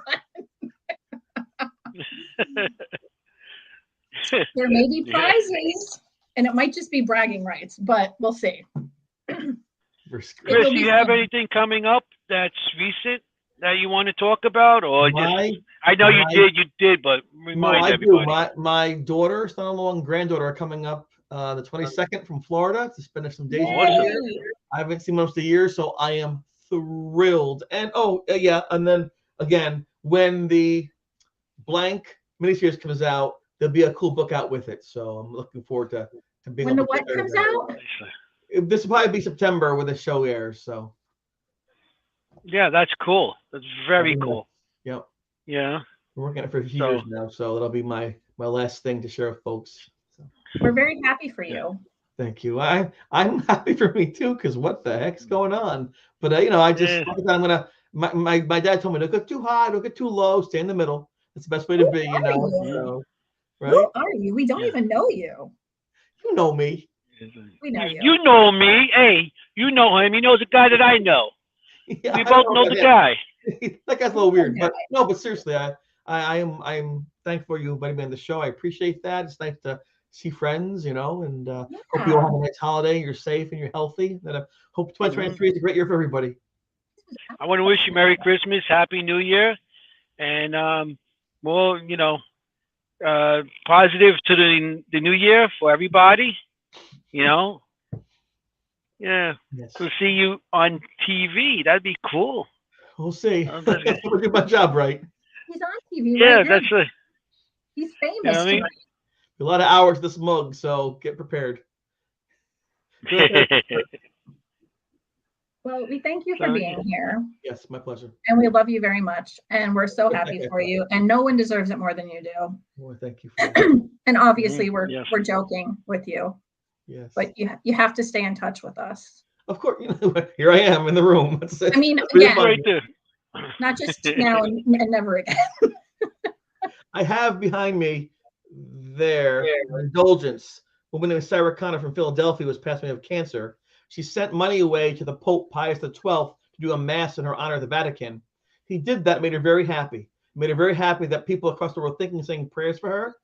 And that I keep it as a reminder that life is temporary and that being appreciated is important and appreciating back. So it's my reminder to enjoy my day every day and my life, but still have it. So thank you both for being a part of it. I really appreciate you both. Thank you so much. Yeah, I appreciate you being with us. Yeah. Yeah, well, I really are.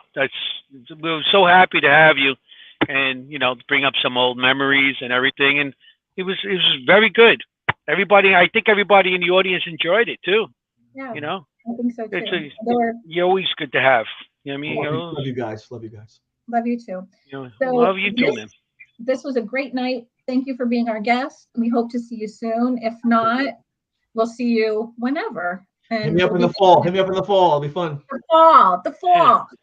So this was Incantations and Elixirs, where conversation meets cocktails. Our guest, Chris DiCesare, the wonderful man that he is. I am Maureen Grudzinski, and my co-host, Anthony Simonelli. Forget about it. We hope to see you next week on the 22nd for our awesome quiz show with our amazing guests, and who knows who will win. We'll see you next week. Thanks for watching. Who pays us the most money? Forget about it. Hey. Good night. Good night.